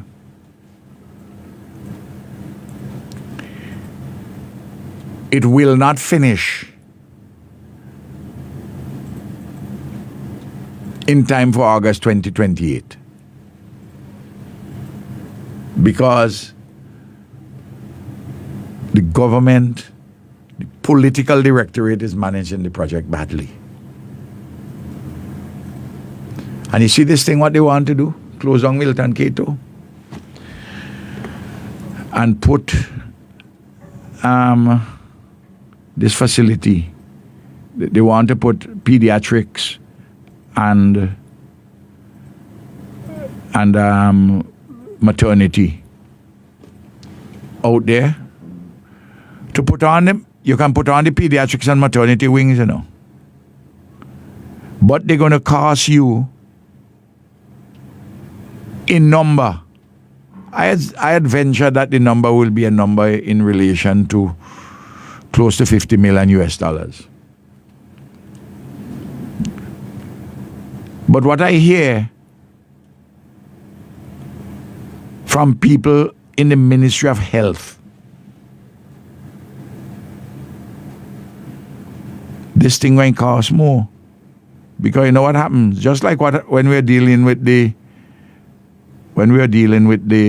first set of consultations and to get input from the Ministry of Health,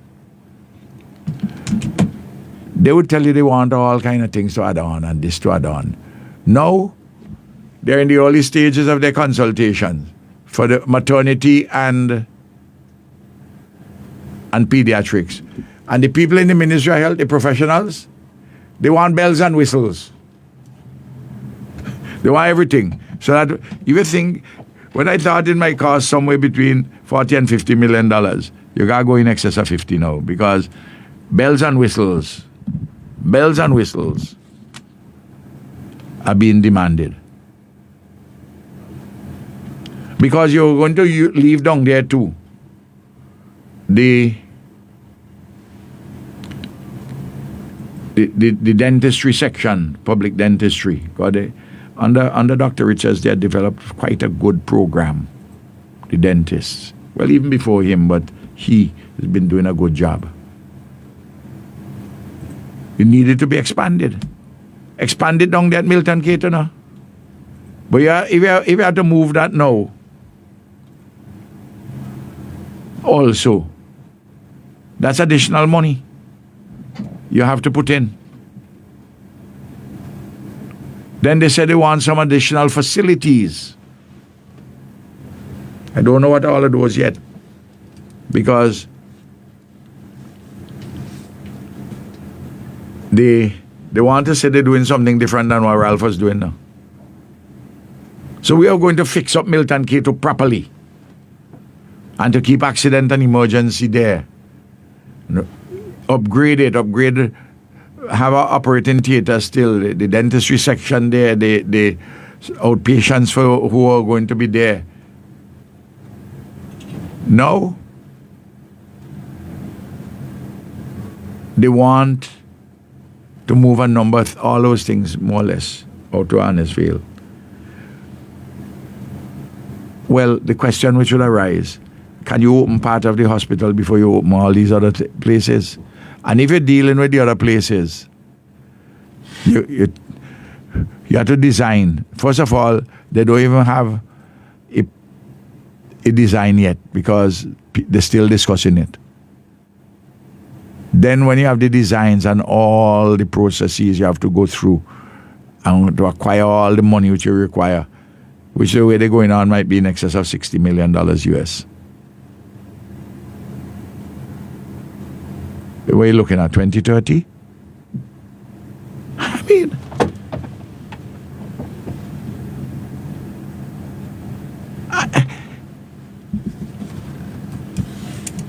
look, anybody can fix the windows and a door.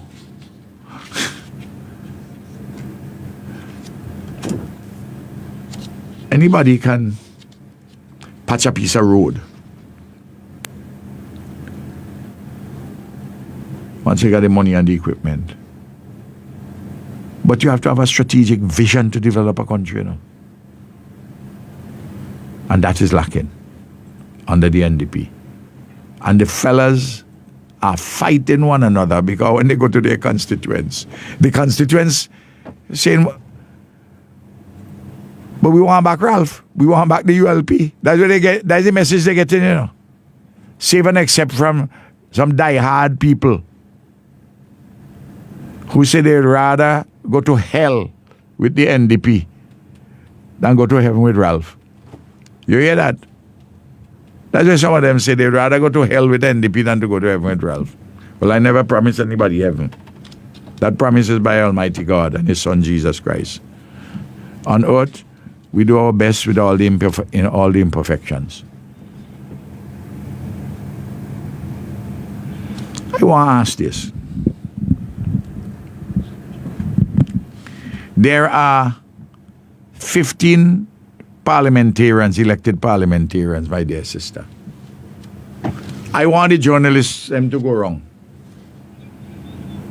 They would see that from 1994, when I was elected, I have a constituency office in Georgetown with permanent staff. And the members of my constituency council will go there from time to time to help to assist. If there's an urgency with anything, the staff there would call me and tell me about Mary or Elizabeth or John or Ephraim. What is their problem? How many persons who are the 14 who elected by the NDP, how many of them, after 6 months, after they came in, they put, 7 months now, how many of them have constituency offices up and running for which they get in $1,500 a month to run their constituency offices? How many of them? I want that question to be posed. That is, you mean to tell me you ain't open your office? Or you have an office, you close it? Some of them are here even paying the landlord rent. Eh?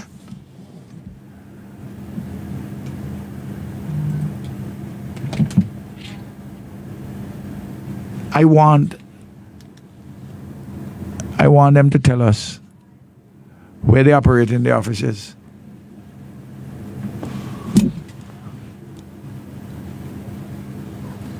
Some of them I understand might get a freebie from there, from somebody who renting. Well, you get that, that's all right.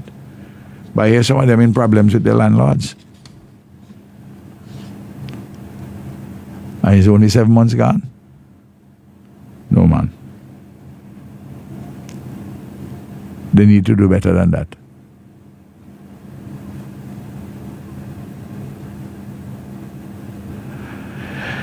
Then, Friday made a speech at the 56th CDB annual meeting of the governors in in the Bahamas. I understand was an underwhelming performance with some issues which have been in the pipeline for some time and will continue to be in the pipeline while we're working on. On another occasion, I will talk in some more detail about what these issues are, not so much what Friday said, because I'm not so interested in what he may say or not say, but what are the issues on which we have to correct. And then a regional issue.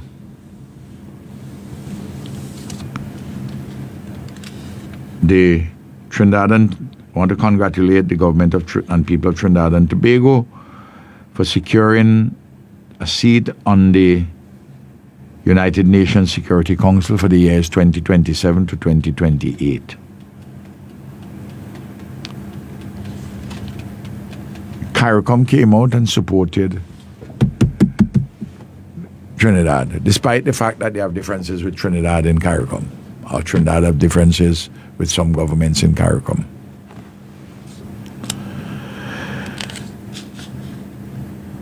The newspaper, I saw a story in the Express, they were wrong. They said that Trinidad and Tobago is the first country from CARICOM which is sitting on the Security Council since Jamaica vacated, since Jamaica term in 2001. That's not true. St. Vincent and the Grenadines served in the period 2020 and 2021. We were elected in June 2019 to serve from January the 1st, 2020 to the end of 2021. But what is interesting, well, I also say that's recently Guyana served a 2-year period also on the Security Council.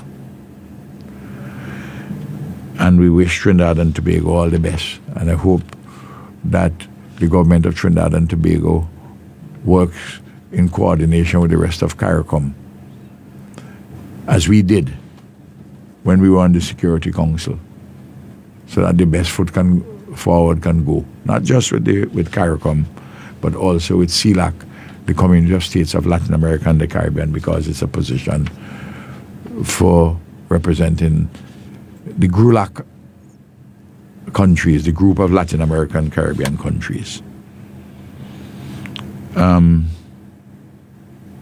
And I think that my dear sister Kamala will see the value and virtue of cooperation. And CARICOM, despite concerns about some aspects of her current foreign policy, in rolling over and playing dead to Trumpian and Trump's America, the countries in CARICOM were in solidarity with Trinidad, and they all voted for Trinidad and Tobago.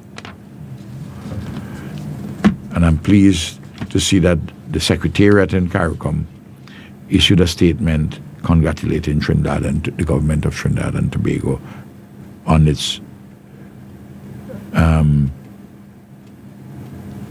selection.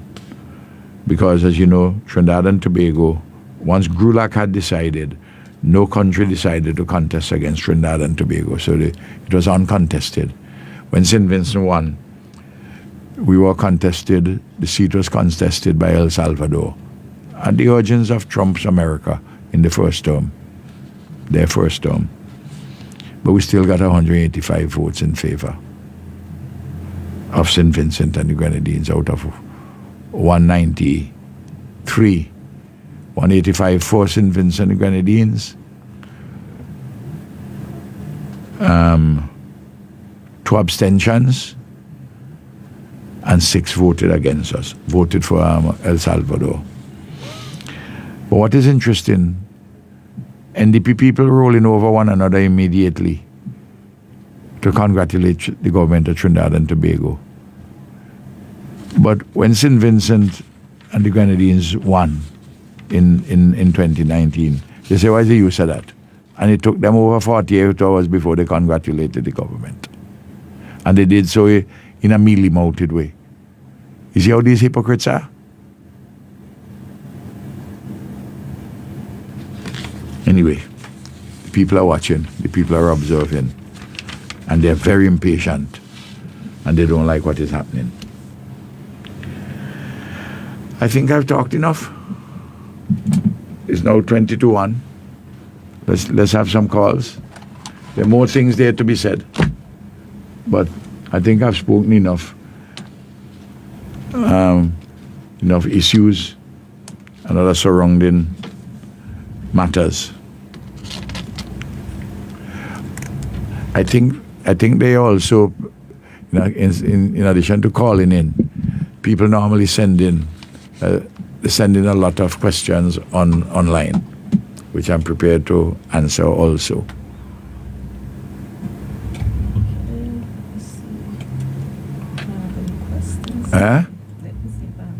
Yeah, we see any questions online. Someone is asking, right?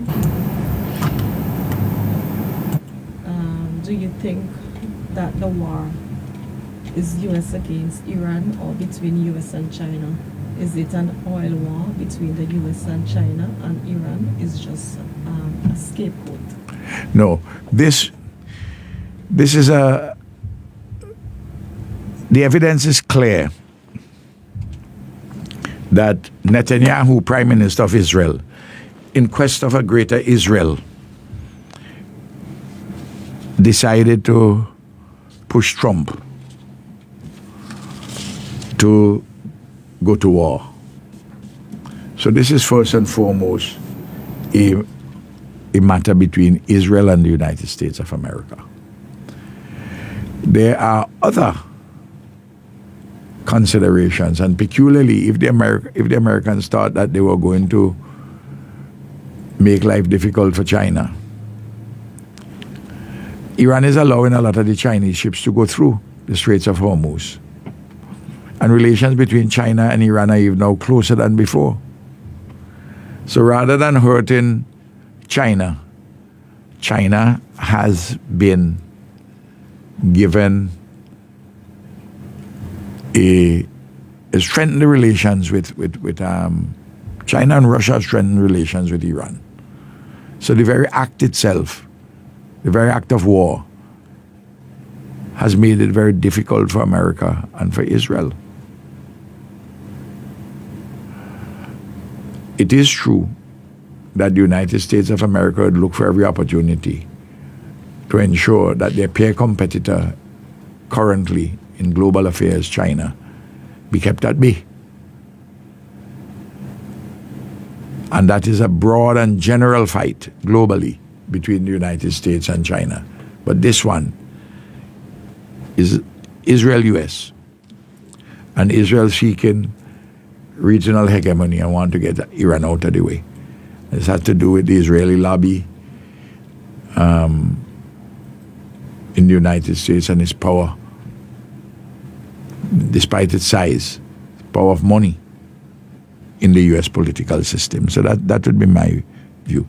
But this has brought about a lot of problems for us here, as we see the rise in prices across the board, and especially for fuel and fertilizer and other things. Now, if I may say this at the same time, people will see that the stock market has been doing fairly well, and the stock market at the moment is actually seemingly disconnected from the real economy.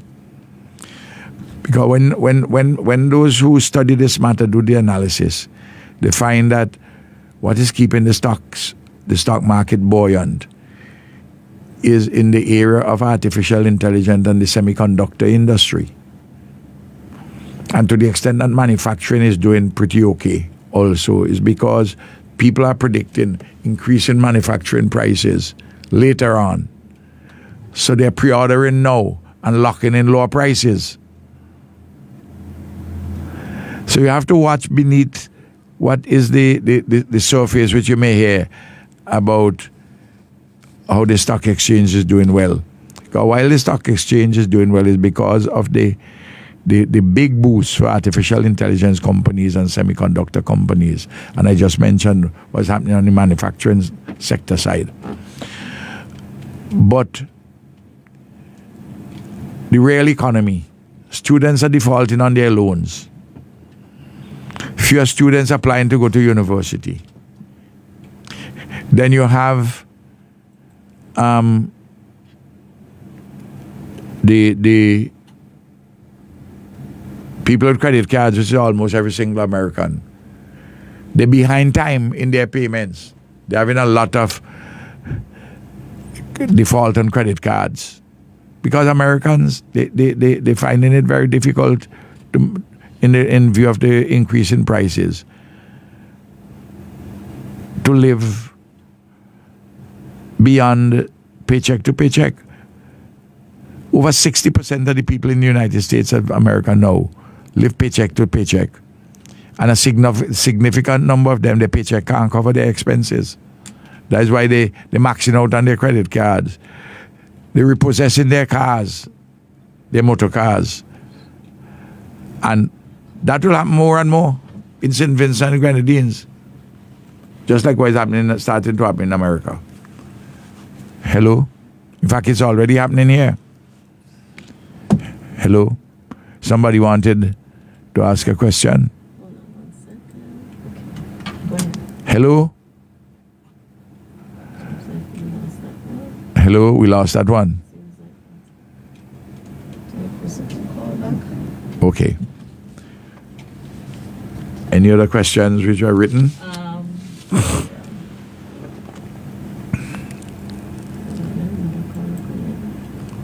Go ahead. Hello? Hello?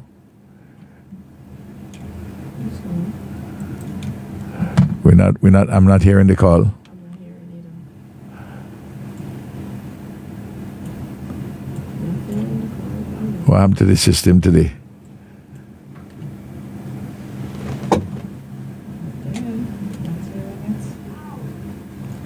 Hello? I'm not hearing any. You can tell them try call the WhatsApp line. Well, tell them call the WhatsApp line. What's the WhatsApp number? You can call us on WhatsApp at 534-7827. That's 534-7827. The WhatsApp number 534-7. Just in case you call in the main line and you're not getting through, yes, you can reach us on WhatsApp at 534-7827. But I think also what's happening on the main line sometimes, some people call and block it up. Yeah, the call coming in, but I'm not hearing anything at all. They're blocking it up. Hello? I'm not hearing anything coming through my earphones either.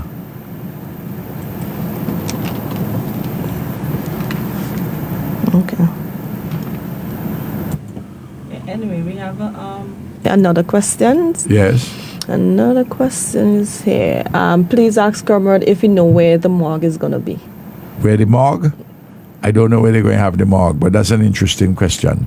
Okay, we have a WhatsApp caller. Hello? Hello, you live on Star? Hello?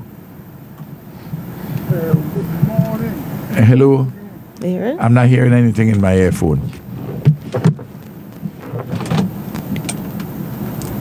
Hello. Hear it? I'm not hearing anything in the earphone. Go on. And that one. And yours. Hold on, I'm trying to see if I could get this sorted out. Hello? Hello? Hello? You hearing it? You not hearing? I'm hearing you now. I'm hearing you. Yes, go ahead and ask me question, my brethren. No, I was just making a statement that I was wondering if present government is using Yeah, that's it. all the project that was supposed to be finished under the ULP as something for them to promote themselves with, because in terms of implementing new ideas and new concepts, I don't see that happening. So Well, everything that is being finished and the praising what was continuing from is mostly a continuation of what and even in those respects, what they're continuing, what the ULP, the projects, they're moving very slowly in it. Like, for instance, I just gave the example of the Annesville Acute Care Hospital. And so too several other projects. They go in the housing project. It's a snail space. They go in. a lot of things which we started, they're going very slowly on them. And little money is turning over. Look, they owe so many persons in relation to so many things. I'm talking about even where they have the money available, they're just not processing payments. Because you see, what happened is this, Comrade, you have two accounts broadly at the Accountant General's office. One account dealing with recurrent and one which is capital. And in relation to the capital, the monies which we have borrowed specifically to carry out capital projects, those are inside that account specifically. So the money is there to do a series of these projects, but they're not being done, are not being done at the pace, and they're not making the payments as swiftly as they should be making them on a timely basis. The government is basically at a standstill, Comrade. Well, I was going to make another point where the hospital is concerned. I'm of the opinion, this is my opinion, I'm not saying that's what they're doing. When they change the scope of the work of the hospital, I'm of the opinion that they really want to see that hospital finish. Because I think they don't want to put one of your great achievements on the market too, because there's no way they could claim that project is theirs. No way they could do that, and to have that properly finished is going to be giving you credit to make, to produce a hospital that, that is working. And I'm of a sick feeling of that.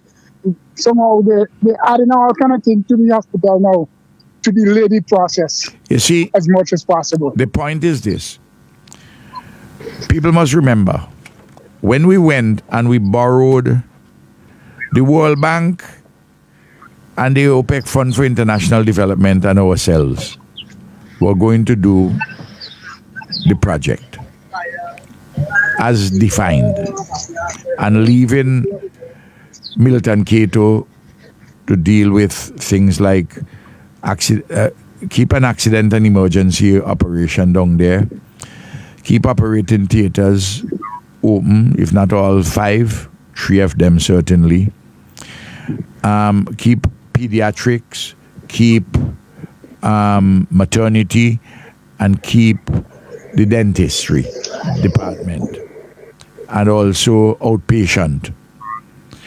Now, they have decided that all of those things are going to go to out at Annesville. Annesville was going to have accident and emergency too. But they, by wanting to start from scratch with those things, rather than improve what we had down at Milton Cato in those particular areas, they're going to have to find now, from what they're saying, from what I'm understanding, because as I say, some people I know and block it up. I know the Ministry of Health. I know the Ministry of Health officials, when they get an opportunity, they come with bells and whistles, and then they have to be cross-examined and say, well, why you need this, why you need that, and so on, so, to contain things now, because otherwise the expenditure will balloon beyond the capacity. So of the government to provide. But where they're going on there with now, they're talking about, I was saying somewhere between 45 maybe and $50 million US.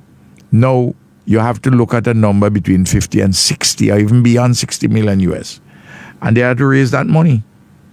And so at the what we had there with everything, what we were doing was $78 million for the actual U.S. physical building works. And then for the equipment and so forth, you're going to reach up to $94 million. An additional $16 million. Other than the equipment, other than what you're having there with the 74. So, but now, you're going to have just for 2 areas, and then with 1 or 2 little areas added further. But I wouldn't say little, but other significant areas like dentistry, for example. It's going to be a number which going to knock your head up to 60 million and above, US.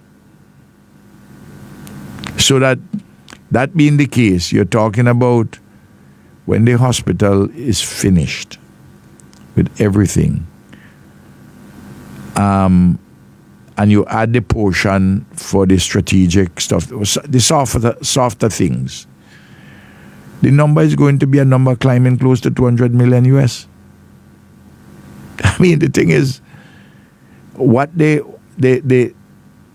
didn't appreciate what we were trying to do and how we were doing a hospital out there, which is not a general hospital, but one for specialist care in a number of different areas. And then fixing up Milton K2 and running with both of them together. Now they changed that swiftly without doing the study. That's just off a whim and to do something different than what Ralph's team was doing. You think if I had all the money to do everything out there at Annisvale, I wouldn't go ahead and do it? But you had to, in any case, you're going to have to put facilities for accident and emergency and some other things down at Milton K2. Because you're traveling from Leeward. You got to pass Kingston to deal with accident and emergency out at Annisvale. It don't make... They didn't think out this thing carefully. So, and the money is there. I have no doubt that they will have a project as big as this. I know that the consultants will have and the government will have difficulties on this or that matter with the contractors. It is in the nature of the business. It happens in America, it happens in your state, in California, where you live, all about. That's why you have the consultants. You know what I mean? And you will see sometimes there'll be delay because some things are trying to be resolved. But they're not handling the project properly. Project is falling far behind. Far behind. And that's a flagship project of the ULP, which they're screwing up. They're screwing it up big time. So just a reminder, if you can't get us on the landline, please call us on WhatsApp at 534-7827. That's 534-7827. So there's another question here, right? Is it? Another written one. Yeah. Oh, someone said there is a contractor who is doing a house. He is not getting any money, so the house is at a standstill. And they're given the reason that the computer broke down. Right? That's what somebody said. You know, the government is just... Do you know that there's a lady from Rockies in charge of this recreational facility, which Luke Brown and the Lotto work closely together to fix up? A woman who was the caretaker. They fired the woman. Just fire the woman. Not for any reason that the woman wasn't performing her duties. They fire her. And I have no doubt they're bringing in somebody who is politically correct for them now. I mean, the thing is indecent all over the country. Yeah, another call on WhatsApp. Yes, my dear caller. Hello, good afternoon, PM. Hey, John. How are you? I think, John, we get feedback. You got to turn down your radio, comrade. Yeah. Thanks. Yeah, Comrade, good afternoon. Good day. Comrade, the country right now is standstill. The whole country right now is falling apart one by one. Young nigga is talking. Young nigga is talking. The government that in office right now, the donor, the head from the soul right now. And you are government that ever come to rule sentence on the communities. Young nigga is talking. Young nigga don't friend none of them. Young nigga ain't friend none of them. It's so many wickedness that are going on here in sentence on the communities right now. Come on! Yes. You back at work, John? You back at work? You back at work? I know you weren't feeling well. You were on sick leave. You back at work? You back at work now? Hello? I think we are lost John. Seems like that. Okay. But he's full of passion when he was talking there about how things falling apart in every area. And he's right.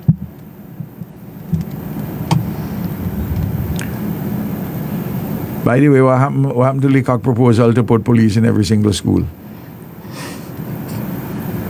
What happened to the proposal to have the cadets have powers of arrest? Huh? What happened to his proposal for a 4-day week because we're going to have shortage of fuel? Remember those? The man just talking. Any? So someone said, I don't have a problem with the current government finishing what the previous government started, as I think it is nonsensical to stop projects, Clearly. start new project. However, I find a briefing and the government media release it seems like all these things are new. Well, they go fool themselves, they can't fool people. When they go, I leave the money there for finish in my constituency to finish the center up in the educational and sporting cultural center up in Park Hill above the playing field. The Taiwanese money is there. The World Bank money is left there to build the modern clinic in South in Bayrall, which was started before. The money is there for the market in Georgetown. But all of them, they slow walking them. We started in Connery. We finished just before the election a bus stop, and they had painted the bus stop in red and white. All they did, they painted over the color from red and white to orange and some other color. I can't remember which one. But the bus stop's still there. It's not operational. I mean, you can't operationalize a bus stop for 6-7 months. I mean, it's just a lot of foolishness. And you have some fellas who some kind of never see come see behavior, you know. And people seeing it, and people talking about it. Somebody asked, how is the school that was born going? Well, somebody down Kittel's going to have to tell me, as far as I know, there's been nothing started to rebuild. When they had said they were going to rebuild in 3 months, but that they were going to do a design and all the rest, I say, you're not going to be able to do that in 3 months. I said, the best thing you can do is to cordon off the area and put up a temporary facility there in 2 weeks' time to keep all the children at one place and try to finish the building when you're rebuilding and you're doing design and so on, by September. You have to be practical and realistic and see what's happening. Of course, they said they will put some of the students at Camden Park, at the Camden Park Community Center, and transport them. Well, they even pay the people to do the transportation. So all that fall down. Philip Jackson should look at them thing rather than get up 4 in the morning to try and cuss Ralph. Someone was saying, right? Citizen must pay tax, but the state has a responsibility to safeguard its citizen. Why didn't the government observe the $3.70 and give its citizen the $1.90? Well, the point I'm making here with the sister, all along, the government was losing money because the prices were going up, what they were buying from Sol. The way the pricing mechanism is, Sol and Rubis, if they don't get their pound of flesh from the consumer, they have to get it from the government. Now, as the prices were going up, if it's going up 50 cents, put the 50 cents, 75 cents, so that what the government had to outlay in the full extent, it would have come, as I say, like a drizzle. Even a shower rain, it might have come too. But not a hurricane force wind. It just destabilized the situation one time. And the minibus operators and taxi men and general commuters, people who own vehicles, been put at a disadvantage in the way in which they have done this thing. And I warned them about this, I've dealt with things like this on several occasions, and I told them what I did. They could copy some things which I did, but I said, this is what you have to do, otherwise you're going to fall in problems. And as the dear sister says, the government has to be a force always for good. And they were not being a force for good. They were handling this fuel matter. And that is why the pain and suffering have hit the people in the manner in which it has. And the minibus men will take their vehicles off the road because things dead already, and with increased prices, they will be running. If you leave in Georgetown with the 7 and 8 passengers in an 18-seater, at the lower prices for gas, the ain't paying the gas, the dance can't pay for the light. Much less to know when it gone up $3.70 a gallon. So the government has to be a force for good. Friday them have a philosophy, and I am a philosophy, that keep the government out and let the private sector do their business alone, or principally. That's why they want to sell off Vinlec. They go sell out some of the shares from the bank. They want to sell out all the land for purposes which are not really developmental. To benefit the country as a whole.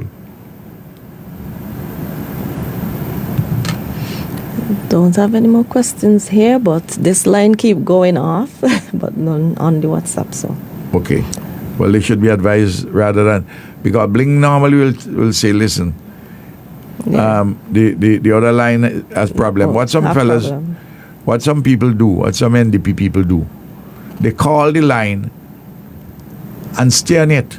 Don't say anything at all. They kind of block the line now. Yeah. And in between put it on, and people call, then they come back again. That's how they try to do their business. That's how they're nasty. Some people. There's a comment here. What about the clinic at Sharps, Central Kingston? That was well, that's the monies had been put in the budget, but I think that they have even problems generally with the monies out of Saudi Arabia. And a visit needs to be done specifically to address these matters.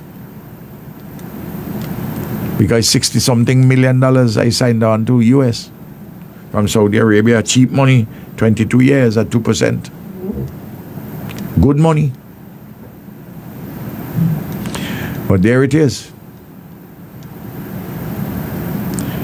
I am We have a caller. Sure. Hello. Yes.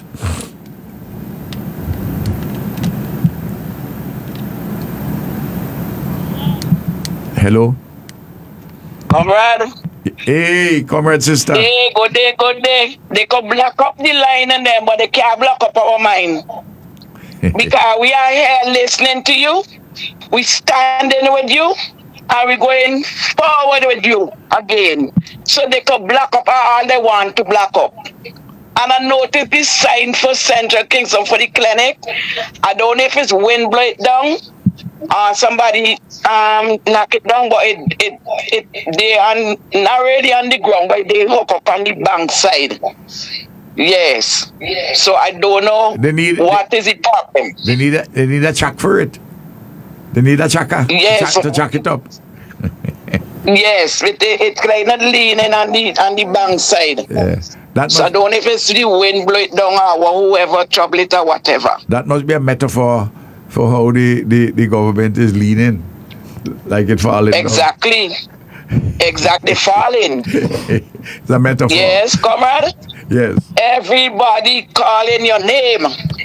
Yes. Everybody calling your name. They want comrade back.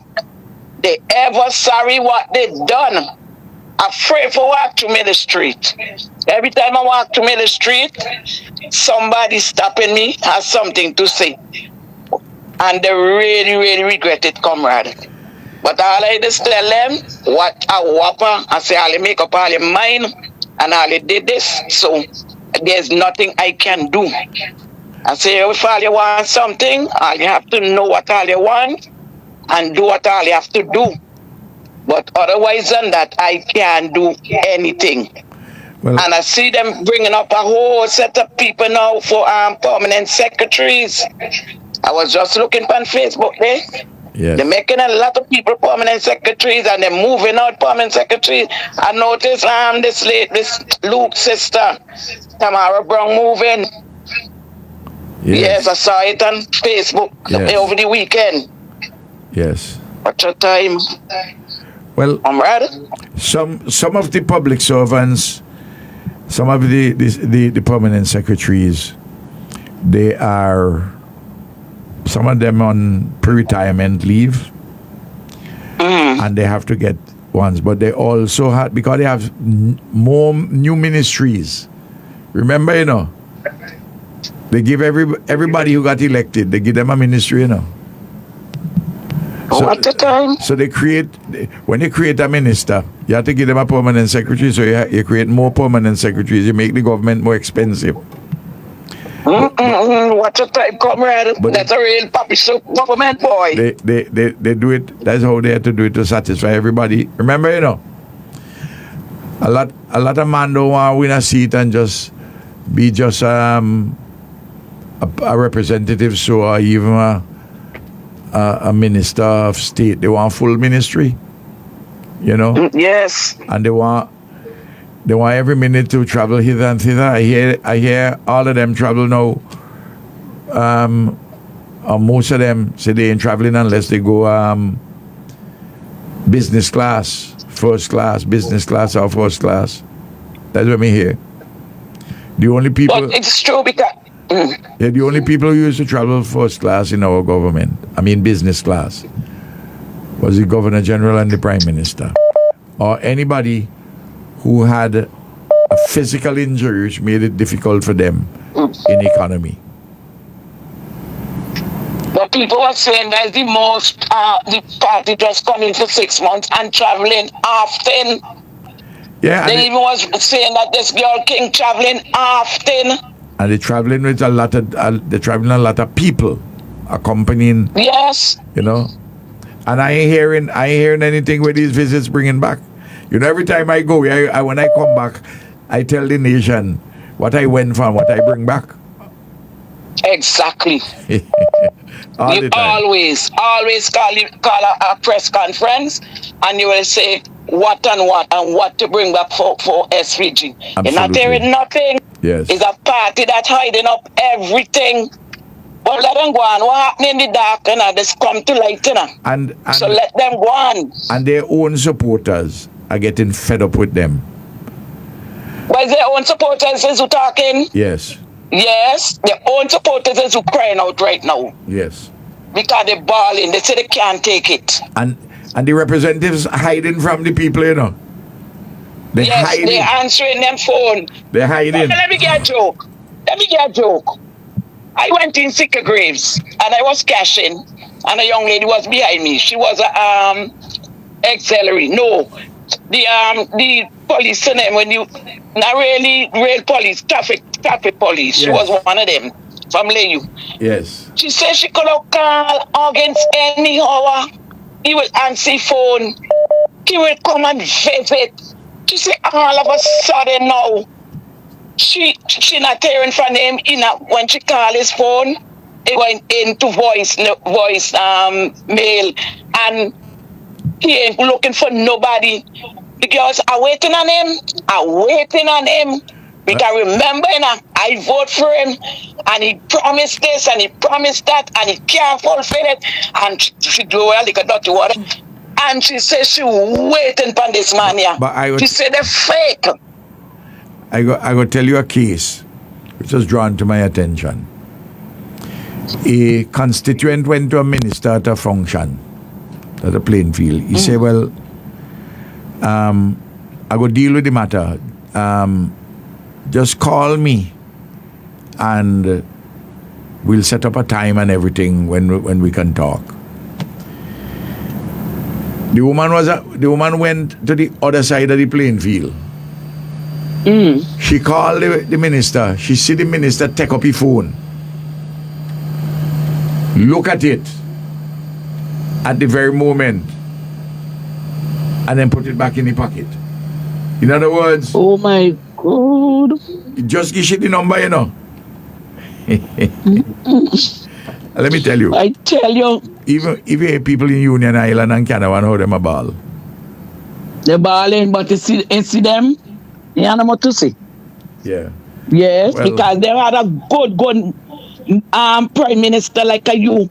You even spend your anniversary down in Union Island. When you could have home spend your anniversary with first lady. You go almost every day they down there. You pay for boat for a whole year for them. Man, I tell you, man. Some people good and some people bad enough. But they just still have to pray for them and they still have to look out for them. Well, we had to. Yeah. They are our citizens, fellow citizens. And Yeah. they had a terrible thing happen to them, and we had And to they're try sorry and do now, our you know. best. They're sorry. Yes. Because we don't tell them once you've go back into government, everybody who also ain't finished will get their house done. That's the point. And I know for sure, for the 6 months, say, plenty of them in Union Island till they don't get back their house. Under this ULP government. Most of them by far had gotten back their house. People who didn't get house. What do you remain now? The people who didn't get house. Yes. Is where we didn't have land and we were working out to buy some land. Because if you were renting house, as I explained, and you even fixed the house, the landlord say, well, I ain't taking back John Brown. I have a better house now, I want a better tenant. So John Brown, so you fix the house, but John Brown ain't the tenant anymore. John Brown ain't got no land, we got to try and look for land to help John Brown. You see what I mean? Yes, man. So those are some. And you have a blessed day, comrade. God bless you. And give my love to your whole family, especially my little girl. Thank you very much. Yes, all right. Take care. No, so far. Well, we have had a long. Well, we make up for the time at the back end. I want to thank everybody. I'll be here again on Wednesday. And I will know in more detail what my schedule is going to be. Remember what I indicated earlier this morning when I talk. Should be out from the 12th until 25th or thereabouts, 25th, 26th. But I have to resolve this issue with the Parliament, which is being held on the 18th. So I had to check out everything and resolve all the scheduling conflicts. All right? Thanks. And we'll never walk alone. as we leave. Thanks until Monday, until Wednesday.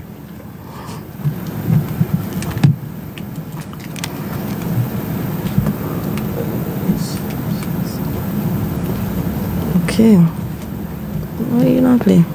Yeah, I'm wondering why this is not playing. I mean, the theme song.